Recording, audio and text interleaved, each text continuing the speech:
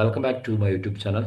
So ಈ ಒಂದು ವಿಡಿಯೋದಲ್ಲಿ ಮ್ಯಾನೇಜ್ಮೆಂಟ್ ಅಕೌಂಟಿಂಗ್ 2025 ಕ್ವಶನ್ ಪೇಪರಲ್ಲಿ ಕ್ವಶನ್ ನಂಬರ್ 9 ಸೆಕ್ಷನ್ ಸಿ ನಲ್ಲಿ ಕೇಳಿರ್ತಕ್ಕಂಥದ್ದು ಕ್ಯಾಶ್ ಫ್ಲೋ ಸ್ಟೇಟ್ಮೆಂಟ್ ಅನ್ನ ಪ್ರಿಪೇರ್ ಮಾಡಲಿಕ್ಕೆ ಕೇಳಿರ್ತಕ್ಕಂಥ ಒಂದು ಕ್ವಶನ್. ಬನ್ನಿ ಆ ಒಂದು ಕ್ವಶನ್ಸ್ ಅನ್ನ ಹೇಗೆ ಆನ್ಸರ್ಸ್ ಮಾಡಬೇಕು ಅನ್ನೋದನ್ನ ನೋಡ್ತಾ ಹೋಗೋಣ. ಕ್ವಶನ್ ಏನಿದೆಯಪ್ಪ ಅಂದ್ರೆ the following balance sheet are given. Balance sheet ಕೊಟ್ಟಿದ್ದಾರೆ. ಸೊ ನೋಡಿ, ಬ್ಯಾಲೆನ್ಸ್ ಶೀಟ್ ಅಲ್ಲಿ ಏನೇನಿರುತ್ತೆ, ಸೊ ಯಾವುದಕ್ಕೆ ಏನೇನು ಇನ್ಫಾರ್ಮೇಶನ್ಸ್ ಇರುತ್ತೆ, ಯಾವುದಕ್ಕೆ ಲೆಡ್ಜರ್ ಮಾಡಬೇಕು, ಯಾವುದಕ್ಕೆ ಲೆಡ್ಜರ್ ಮಾಡಬಾರ್ದು, ಸೊ ಯಾವ ಥರ ನೀವು ಕ್ಯಾಶ್ ಫ್ಲೋ ಸ್ಟೇಟ್ಮೆಂಟನ್ನು ಪ್ರಿಪೇರ್ ಮಾಡಬೇಕು ಅನ್ನೋದನ್ನ ಹೇಳ್ಕೊಡ್ತಾ ಹೋಗ್ತೀನಿ. ದಿಸ್ ಅ ಕ್ವಶನ್ ಇರೋದು ಇದು. ಫಸ್ಟ್ ಲಯಬಿಲಿಟಿ ಸೈಡ್ ನೋಡಿ, ಈಕ್ವಿಟಿ ಶೇರ್ ಕ್ಯಾಪಿಟಲ್ ಕೊಟ್ಟಿದ್ದಾರೆ. ಸೊ ನೋಡಿ, ಈಕ್ವಿಟಿ ಶೇರ್ ಕ್ಯಾಪಿಟಲ್ಗೆ ಏನಾದರೂ ಅಡ್ಜಸ್ಟ್ಮೆಂಟ್ ಇದೆಯಾ ಅನ್ನೋತ ನೋಡಿದ್ರೆ, ಮೂರು ಅಡ್ಜಸ್ಟ್ಮೆಂಟ್ ಅಲ್ಲಿ ಈಕ್ವಿಟಿ ಶೇರ್ಸ್ ಅನ್ನೋ ವರ್ಡ್ ಇದ್ದಿದ್ರೆ ಆ ಈಕ್ವಿಟಿ ಶೇರ್ ಕ್ಯಾಪಿಟಲ್ಗೆ ಲೆಡ್ಜರ್ ಮಾಡಬೇಕಿತ್ತು. ಸೊ ಹಾಗಾಗಿ ಈಕ್ವಿಟಿ ಶೇರ್ ಕ್ಯಾಪಿಟಲ್ಗೆ ನಾವು ಲೆಡ್ಜರ್ ಮಾಡೋಗಿಲ್ಲ, ಡೈರೆಕ್ಟ್ ಆಗಿ ಇದನ್ನ ಎಲ್ಲಿಗೆ ತಗೋಬೇಕಪ್ಪ ಅಂತ ಹೇಳಿದ್ರೆ ನೀವು ಫಿನಾನ್ಸಿಂಗ್ ಆಕ್ಟಿವಿಟೀಸ್ಗೆ ತಗೋಬೇಕಾಗುತ್ತೆ. ಕ್ಯಾಶ್ ಫ್ಲೋ ಸ್ಟೇಟ್ಮೆಂಟ್ ಅಲ್ಲಿ ಮೂರು ಆಕ್ಟಿವಿಟಿ ಇರೋದು: operating, investing, financing. Equity share capital financing ಆಕ್ಟಿವಿಟಿಗೆ ಹೋಗಬೇಕು. ರಿಡೀಮಬಲ್ ಪ್ರಿಫರೆನ್ಸ್ ಶೇರ್ ಕ್ಯಾಪಿಟಲ್ ಇದೆ. ಸೊ ಪ್ರಿಫರೆನ್ಸ್ ಶೇರ್ಸ್ಗೂ ಕೂಡ ಯಾವುದೇ ಥರದ ಅಡ್ಜಸ್ಟ್ಮೆಂಟ್ ಇಲ್ಲ. ಸೊ ಹಾಗಾಗಿ ಇದು ಕೂಡ ನಾವು ಫಿನಾನ್ಸಿಂಗ್ ಆಕ್ಟಿವಿಟೀಸ್ಗೆ ತಗೋಬೇಕಾಗತ್ತೆ. ಜನರಲ್ ರಿಸರ್ವ್ಸ್ ಕೊಟ್ಟಿದ್ದಾರೆ 40,000 70,000. ಜನರಲ್ ರಿಸರ್ವ್ಗೆ ಏನಾದರೂ ಅಡ್ಜಸ್ಟ್ಮೆಂಟ್ ಇದೆಯಾ ಅಂದರೆ ಇಲ್ಲ, ಯಾವುದೇ ಜನರಲ್ ರಿಸರ್ವ್ ಅಡ್ಜಸ್ಟ್ಮೆಂಟ್ ಇಲ್ಲ. ಹಾಗಾಗಿ ಇದನ್ನ ನಾವು ರಿಸರ್ವ್ಸ್ನ ಯಾವಾಗಲೂ ಕೂಡ ನಾವು ಆಪರೇಟಿಂಗ್ ಆಕ್ಟಿವಿಟೀಸ್ನಲ್ಲಿ ತಗೋಬೇಕಾಗತ್ತೆ. ಪ್ರಾಫಿಟ್ ಅಂಡ್ ಲಾಸ್ ಅಕೌಂಟ್ ಕೊಟ್ಟಿದ್ದಾರೆ. ನೋಡಿ, ಪ್ರಾಫಿಟ್ ಅಂಡ್ ಲಾಸ್ ಅಕೌಂಟ್ ಯಾವಾಗಲೂ ಕೂಡ ಇದನ್ನ ನಾವೇನಂತ ಟ್ರೀಟ್ ಮಾಡ್ತೀವಿ ಅಂದರೆ ನೆಟ್ ಪ್ರಾಫಿಟ್ ಅಂತ ತಗೋಬೇಕು. ಸೊ ಇದು ನೆಟ್ ಪ್ರಾಫಿಟ್ ಅಂತ ಕನ್ಸಿಡರ್ ಮಾಡ್ತೀವಿ ನಾವೇ. Profit and loss account net profit. So 30,000 48,000 ಇದೆ ನೆಟ್ ಪ್ರಾಫಿಟ್ ಅಂತ. ಅದೇಗೆ ಅಂತ ಆನ್ಸರ್ ಮಾಡ್ಬೇಕಾರೆ ನೋಡ್ತಾ ಹೋಗೋಣ. ನೋಡಿ, ಪ್ರಪೋಸ್ ಡಿವಿಡೆಂಡ್ ಕೊಟ್ಟಿದ್ದಾರೆ. So propose dividend is one of the most important. So ಅದನ್ನ ನೀವು ಸ್ಟಾರ್ ಮಾರ್ಕ್ ಹಾಕೊಂಡಿರಿ. ಪ್ರಪೋಸ್ ಡಿವಿಡೆಂಡ್ ಏನು ಕೊಟ್ಟಿದ್ದಾರೆ ನೋಡಿ. ಓಪನಿಂಗ್ ಬ್ಯಾಲೆನ್ಸ್ ಏನಿದೆ, ಈ ಓಪನಿಂಗ್ ಬ್ಯಾಲೆನ್ಸು ಫಿನಾನ್ಸಿಂಗ್ ಆಕ್ಟಿವಿಟಿಗೆ ನೀವು ತಗೋಬೇಕಾಗುತ್ತೆ. ಕ್ಲೋಸಿಂಗ್ ಬ್ಯಾಲೆನ್ಸ್ ಏನಿದೆ, ಈ ಕ್ಲೋಸಿಂಗ್ ಬ್ಯಾಲೆನ್ಸ್ನ ನೀವು ಆಪರೇಟಿಂಗ್ ಆಕ್ಟಿವಿಟೀಸ್ಗೆ ನೀವು ತಗೋಬೇಕಾಗುತ್ತೆ. ಇದು ಪ್ರಪೋಸ್ ಡಿವಿಡೆಂಡ್ ಮಾತ್ರನೇ ಈಗ ಮಾಡಬೇಕು. ಓಪನಿಂಗ್ ಬ್ಯಾಲೆನ್ಸ್ ಫಿನಾನ್ಸಿಂಗ್ ಆಕ್ಟಿವಿಟಿಗೆ ಹೋಗುತ್ತೆ, ಕ್ಲೋಸಿಂಗ್ ಬ್ಯಾಲೆನ್ಸ್ ಆಪರೇಟಿಂಗ್ ಆಕ್ಟಿವಿಟೀಸ್ ಅಲ್ಲಿ ತಗೋಬೇಕಾಗುತ್ತೆ. Creditors you know that it's a current liability. Bills payable also current liability. Provision for tax adjustment ಇದೆಯಾ ಅಂದ್ರೆ ನೋಡಿ, ಟ್ಯಾಕ್ಸ್ ರಿಲೇಟೆಡ್ ಒಂದು ಅಡ್ಜಸ್ಟ್ಮೆಂಟ್ ಕೊಟ್ಟಿದ್ದಾರೆ. ಸೊ ಟ್ಯಾಕ್ಸ್ಗೆ ನಾವು ಲೆಡ್ಜರ್ ಅಕೌಂಟ್ ಅನ್ನ ಮಾಡಬೇಕು. ಸೊ ಹಾಗಾಗಿ ನಾವು ಅದನ್ನ ಲೆಡ್ಜರ್ ಅಂತ ಮಾಡ್ಕೊಳ್ಳೋಣ. Just ledger, that is just L ಅಂತ ಹಾಕೊಳ್ತೀನಿ, ಲೆಡ್ಜರ್ ಅಕೌಂಟ್ ಅಂತ. ಸೊ ಇದು ಲಯಬಿಲಿಟಿ ಸೈಡ್ ಇರ್ತಕ್ಕಂಥ ಐಟಮ್ಸ್. ನೀವು ಯಾವುದೇ ಐಟಮ್ಸ್ಗೆ ನೋಡ್ತಾ ಹೋಗ್ತಿರೋ ಆ ಒಂದು ಐಟಮ್ಸ್ಗೆ ಅಡ್ಜಸ್ಟ್ಮೆಂಟ್ ಇದ್ರೆ ನೀವು ಆ ಅಡ್ಜಸ್ಟ್ಮೆಂಟ್ ಅನ್ನ ಲೆಡ್ಜರ್ ಒಂದು ನೀವು ಲಯಬಿಲಿಟಿ ಸೈಡ್ ಯಾವುದೇ ಐಟಮ್ ತಗೊಳ್ಳಿ, ಆ ಒಂದು ಐಟಮ್ಗೆ ಸಂಬಂಧಪಟ್ಟಂತ ಇನ್ಫಾರ್ಮೇಶನ್ ಅಡ್ಜಸ್ಟ್ಮೆಂಟ್ ಕೊಟ್ಟಿದ್ರೆ ನೀವು ಲೆಡ್ಜರ್ ಅಕೌಂಟ್ ಮಾಡಲೇಬೇಕು. ಬಟ್ ಈ ಒಂದು ಕ್ವಶನ್ಸ್ ಅಲ್ಲಿ ನಮ್ಮ liability side provision for tax related ಮಾತ್ರ ಒಂದೇ ಒಂದು ಅಡ್ಜಸ್ಟ್ಮೆಂಟ್ ಇದೆ, ಹಾಗಾಗಿ ಅದಕ್ಕೆ ಲೆಡ್ಜರ್ ಮಾಡ್ತೀವಿ. ರಿಮೈನಿಂಗ್ ಎಲ್ಲ ನಾವು ಡೈರೆಕ್ಟ್ ಆಗಿ ಬೇಕಾದ್ರೆ ತಗೋಬಹುದು. ಸೊ ಹಾಗಾಗಿ ಈಕ್ವಿಟಿ ಶೇರು ಪ್ರಿಫರೆನ್ಸ್ ಶೇರ್ಸ್ ಏನಿದೆ ಅದು ಫಿನಾನ್ಸಿಂಗ್ ಆಕ್ಟಿವಿಟಿಗೆ ಹೋಗಬೇಕು. ಜನರಲ್ ರಿಸರ್ವ್ ಆಪರೇಟಿಂಗ್ ಆಕ್ಟಿವಿಟೀಸ್ ಅಲ್ಲಿ ತಗೊಳ್ತೀವಿ. Profit and loss account net profit ಅಂತ ಟ್ರೀಟ್ ಮಾಡಬೇಕು. So propose dividend opening financing ಹೋಗುತ್ತೆ, ಕ್ಲೋಸಿಂಗ್ ಬ್ಯಾಲೆನ್ಸ್ ಆಪರೇಟಿಂಗ್ ಆಕ್ಟಿವಿಟೀಸ್ ಅಲ್ಲಿ ತಗೊಳ್ತೀವಿ. Creditors current liability, bills payable current liability, provision for ಟ್ಯಾಕ್ಸ್ಗೆ ಲೆಡ್ಜರ್ ಅನ್ನ ಮಾಡಬೇಕಾಗುತ್ತೆ because adjustment is given. Asset side ಬನ್ನಿ. Goodwill ಏನಾದರೂ ಅಡ್ಜಸ್ಟ್ಮೆಂಟ್ ಇದೆಯಾ ಅಂದರೆ ಗುಡ್ ವಿಲ್ಗೆ ಯಾವುದೂ ಅಡ್ಜಸ್ಟ್ಮೆಂಟ್ ಇಲ್ಲ. ಸೊ ಅಡ್ಜಸ್ಟ್ಮೆಂಟ್ ಇಲ್ಲ ಅಂತ ಹೇಳಿದ್ರೆ ಗುಡ್ ವಿಲ್ಗೆ ಇದನ್ನು ನೀವು ಆಪರೇಟಿಂಗ್ ಆಕ್ಟಿವಿಟೀಸ್ ತಗೋಬೇಕು. ಲ್ಯಾಂಡ್ ಅಂಡ್ ಬಿಲ್ಡಿಂಗ್ ನೋಡಿ ಅಡ್ಜಸ್ಟ್ಮೆಂಟ್ ಕೊಟ್ಟಿದ್ದಾರೆ. ಡಿಪ್ರಿಸಿಯೇಷನ್ ಅನ್ನೋ ಒಂದು ಅಡ್ಜಸ್ಟ್ಮೆಂಟ್ ಲ್ಯಾಂಡ್ ಅಂಡ್ ಬಿಲ್ಡಿಂಗ್ ಇದೆ. ಸೊ ಯಾವ ಒಂದು ಅಸೆಟ್ಸ್ಗೆ ಅಡ್ಜಸ್ಟ್ಮೆಂಟ್ ಇರುತ್ತೆ ಆ ಒಂದು ಅಸೆಟ್ಗೆ ನೀವು ಲೆಡ್ಜರ್ ಅಕೌಂಟ್ ಅನ್ನ ಮಾಡಲೇಬೇಕಾಗುತ್ತೆ. ಸೊ ಹಾಗಾಗಿ ಲೆಡ್ಜರ್. ನೆಕ್ಸ್ಟ್ ಪ್ಲಾಂಟ್ ಕೊಟ್ಟಿದ್ದಾರೆ. ಪ್ಲಾಂಟ್ಗೂ ಕೂಡ ಅಡ್ಜಸ್ಟ್ಮೆಂಟ್ ಇದೆ, ಅದೇ ಡಿಪ್ರಿಸಿಯೇಷನ್ ಪ್ಲಾಂಟ್ಗೂ ಕೂಡ ಹೇಳಿದ್ದಾರೆ. ಸೊ ಹಾಗಾಗಿ ಅದಕ್ಕೂ ಕೂಡ ನಾವೇನ್ ಮಾಡಬೇಕು ಅಂದ್ರೆ ಲೆಡ್ಜರ್ ಅಕೌಂಟ್ ಅನ್ನ ಪ್ರಿಪೇರ್ ಮಾಡಬೇಕಾಗುತ್ತೆ. So ledger. Debtors you know the debtors is a current asset. So debtors current asset. Stock ಕೂಡ ಕರೆಂಟ್ ಅಸೆಟ್. ಬಿಲ್ಸ್ ರಿಸೀವಬಲ್ ಇದೆ, bills receivable also current assets. Cash ಮತ್ತೆ ಬ್ಯಾಂಕ್ ಏನ್ ಕೊಟ್ಟಿದ್ದಾರೆ, ಕ್ಯಾಶ್ ಫ್ಲೋ ಸ್ಟೇಟ್ಮೆಂಟ್ ಅಲ್ಲಿ cash ಮತ್ತೆ bank ಅನ್ನ current assets ಅಂತ ತಗೊಳಕ್ ಹೋಗ್ಬಾರ್ದು. ಕ್ಯಾಶ್ ಫ್ಲೋ ಸ್ಟೇಟ್ಮೆಂಟ್ ಅನ್ನೇ ಮಾಡ್ತಾ ಇದೀವಿ ಅಂದ್ರೆ cash in hand, cash at bank are not current asset. Bank overdraft is not a current liability only in case of cash flow statement. ಯಾಕೆಂದ್ರೆ ನಾವು ಕ್ಯಾಶ್ ಪೊಸಿಷನ್ನೇ ಫೈಂಡ್ ಔಟ್ ಮಾಡೋದ್ರಿಂದ cash ಮತ್ತೆ bank ಅನ್ನ ನಾವು ಕನ್ಸಿಡರ್ ಮಾಡಬಾರ್ದು. ಅದು ನಾವು ಪ್ರಾಬ್ಲಮ್ಸ್ನ ಎಂಡ್ ಮಾಡಬೇಕಾದ್ರೆ ನಮ್ಮ ಒಂದು ಕ್ಯಾಶ್ ಫ್ಲೋ ಸ್ಟೇಟ್ಮೆಂಟ್ ಅಲ್ಲಿ ಕನ್ಸಿಡರ್ ಮಾಡ್ತೀವಿ, ಬಟ್ ಅದು ಕರೆಂಟ್ ಅಸೆಟ್ಸ್ ಅಲ್ಲ. ಸೊ ಹಾಗಾಗಿ ಡೆಟಾರ್, ಸ್ಟಾಕ್, ಬಿಲ್ಸ್ ರಿಸೀವಬಲ್ ಮೂರು current asset. Goodwill operating ಆಕ್ಟಿವಿಟೀಸ್ಗೆ ಹೋಗುತ್ತೆ. ಲ್ಯಾಂಡ್ ಅಂಡ್ ಬಿಲ್ಡಿಂಗ್ ಲೆಡ್ಜರ್ ಮಾಡಬೇಕು, ಪ್ಲಾಂಟ್ಗೆ ಲೆಡ್ಜರ್ ಮಾಡಬೇಕು, ಅಡ್ಜಸ್ಟ್ಮೆಂಟ್ ಅನ್ನ ಕೊಟ್ಟಿದ್ದಾರೆ. ಸೊ ಏನೇನು ಅಡ್ಜಸ್ಟ್ಮೆಂಟ್ ಇದೆ ಅಂತ ಹೇಳಿದ್ರೆ ಕ್ವಶನ್ಸ್ ಅಲ್ಲಿ ಬಂದ್ರೆ ನೋಡಿ, ಡಿಪ್ರಿಸಿಯೇಷನ್ ಚಾರ್ಜ್ ಮಾಡಿದ್ದಾರೆ, land and building related depreciation ಕೊಟ್ಟಿದ್ದಾರೆ, ಆಸ್ ವೆಲ್ ಆಸ್ ಪ್ಲಾಂಟ್ ಮೇಲೆ ಡಿಪ್ರಿಸಿಯೇಷನ್ ಕೊಟ್ಟಿದ್ದಾರೆ 10,000 ಚಾರ್ಜ್ ಡ್ಯೂರಿಂಗ್ ದ ಇಯರ್ 2024 ಅಲ್ಲಿ ಚಾರ್ಜ್ ಮಾಡಿದ್ದಾರೆ ಅಂತ ಹೇಳಿದ್ದಾರೆ.